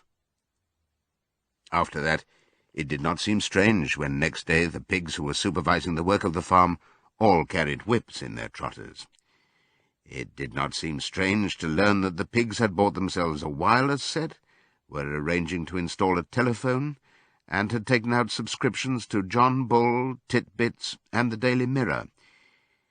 It did not seem strange when Napoleon was seen strolling in the farmhouse garden with a pipe in his mouth. No, not even when the pigs took Mr. Jones's clothes out of the wardrobes and put them on, Napoleon himself appearing in a black coat, rat-catcher breeches, and leather leggings, while his favourite sow appeared in the watered silk dress which Mrs. Jones had been used to wear on Sundays. A week later, in the afternoon, a number of dog-carts drove up to the farm. A deputation of neighbouring farmers had been invited to make a tour of inspection. They were shown all over the farm, and expressed great admiration for everything they saw, especially the windmill. The animals were weeding the turnip field. They worked diligently, hardly raising their faces from the ground, and not knowing whether to be more frightened of the pigs or of the human visitors. That evening, loud laughter and bursts of singing came from the farmhouse, and suddenly, at the sound of the mingled voices, the animals were stricken with curiosity. What could be happening in there, now that for the first time animals and human beings were meeting on terms of equality? With one accord, they began to creep, as quietly as possible, into the farmhouse garden. At the gate they paused, half frightened to go on, but Clover led the way in. They tiptoed up to the house, and such animals as were tall enough peered in at the dining-room window. There, round the long table, sat half a dozen farmers and half a dozen of the more eminent pigs, Napoleon himself occupying the seat of honour at the head of the table. The pigs appeared completely at ease in their chairs. The company had been enjoying a game of cards, but had broken off for the moment, evidently in order to drink a toast. A large jug was circulating, and the mugs were being refilled with beer. No one noticed the wondering faces of the animals that gazed in at the window. Mr. Pilkington of Foxwood had stood up, his mug in his hand. In a moment, he said, he would ask the present company to drink a toast. But before doing so, there were a few words that he felt it incumbent upon him to say. It was a source of great satisfaction to him, he said, and he was sure to all others present, to feel that a long period of mistrust and misunderstanding had now come to an end. There had been a time, not that he or any of the present company had shared such sentiments, but there had been a time when the respected proprietors of Animal Farm had been regarded, he would not say with hostility, but perhaps with a certain measure of misgiving by their human neighbours. Unfortunate incidents had occurred. Mistaken ideas had been current. It had been felt that the existence of a farm owned and operated by pigs was somehow abnormal and was liable to have an unsettling effect in the neighbourhood. Too many farmers had assumed, without due inquiry, that on such a farm a spirit of licence and indiscipline would prevail. They had been nervous about the effects upon their own animals, or even upon their human employees. But all such doubts were now dispelled. Today he and his friends had visited Animal Farm and inspected every inch of it with their own eyes, and what did they find? Not only the most up-to-date methods, but a discipline and an orderliness which should be an example to all farmers everywhere. He believed that he was right in saying that the lower animals on Animal Farm did more work and received less food than any animals in the county. Indeed, he and his fellow visitors today had observed many features which they intended to introduce on their own farms immediately. He would end his remarks, he said, by emphasizing once again the friendly feelings that subsisted, and ought to subsist, between Animal Farm and its neighbours. Between pigs and human beings there was not, and there need not be, any clash of interests whatever. Their struggles and their difficulties were one. Was not the labour problem the same everywhere? Here it became apparent that Mr. Pilkington was about to spring some carefully prepared witticism on the company, but for a moment he was too overcome by amusement to be able to utter it. After much choking, during which his various chins turned purple, he managed to get it out. "If you have your lower animals to contend with," he said, "we have our lower classes." This bon mot set the table in a roar, and Mr. Pilkington once again congratulated the pigs on the low rations, the long working hours, and the general absence of pampering which he had observed on Animal Farm. And now, he said finally, he would ask the company to rise to their feet and make certain that their glasses were full. "Gentlemen," concluded Mr. Pilkington, "gentlemen, I give you a toast to the prosperity of Animal Farm." There was enthusiastic cheering and stamping of feet. Napoleon was so gratified that he left his place and came round the table to clink his mug against Mr. Pilkington's before emptying it. When the cheering had died down, Napoleon, who had remained on his feet, intimated that he too had a few words to say. Like all of Napoleon's speeches, it was short and to the point. He too, he said, was happy that the period of misunderstanding was at an end.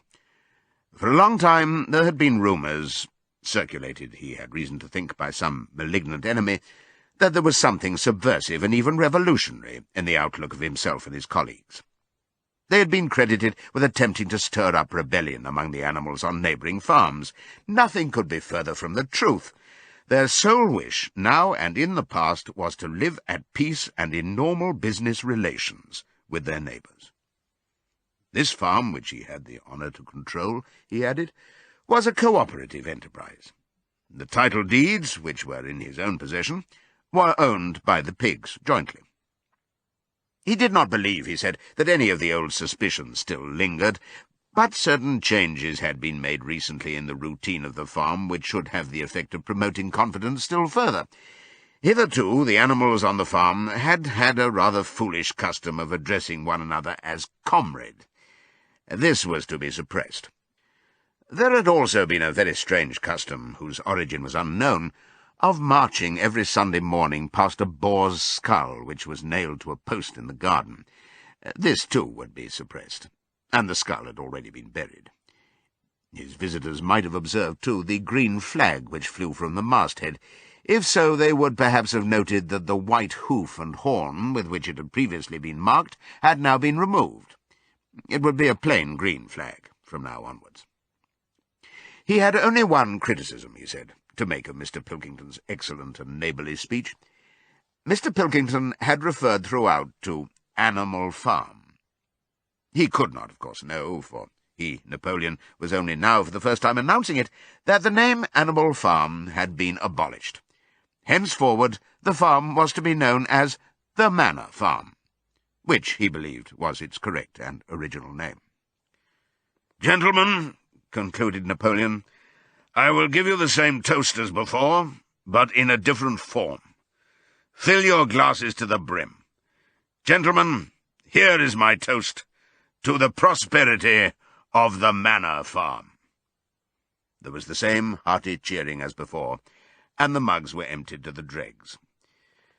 But as the animals outside gazed at the scene, it seemed to them that some strange thing was happening. What was it that had altered in the faces of the pigs? Clover's old dim eyes flitted from one face to another. Some of them had 5 chins, some had 4, some had 3. But what was it that seemed to be melting and changing? Then, the applause having come to an end, the company took up their cards and continued the game that had been interrupted, and the animals crept silently away. But they had not gone 20 yards when they stopped short.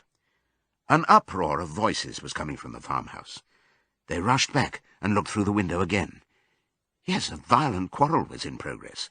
There were shoutings, bangings on the table, sharp, suspicious glances, furious denials.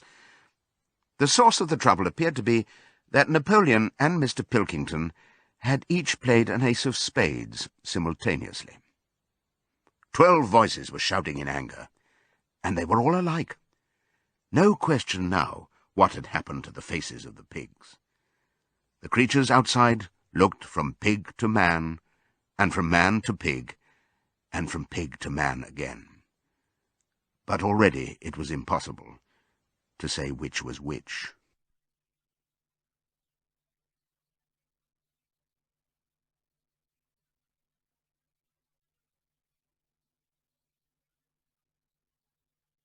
This audiobook was produced and published by Penguin Books Limited.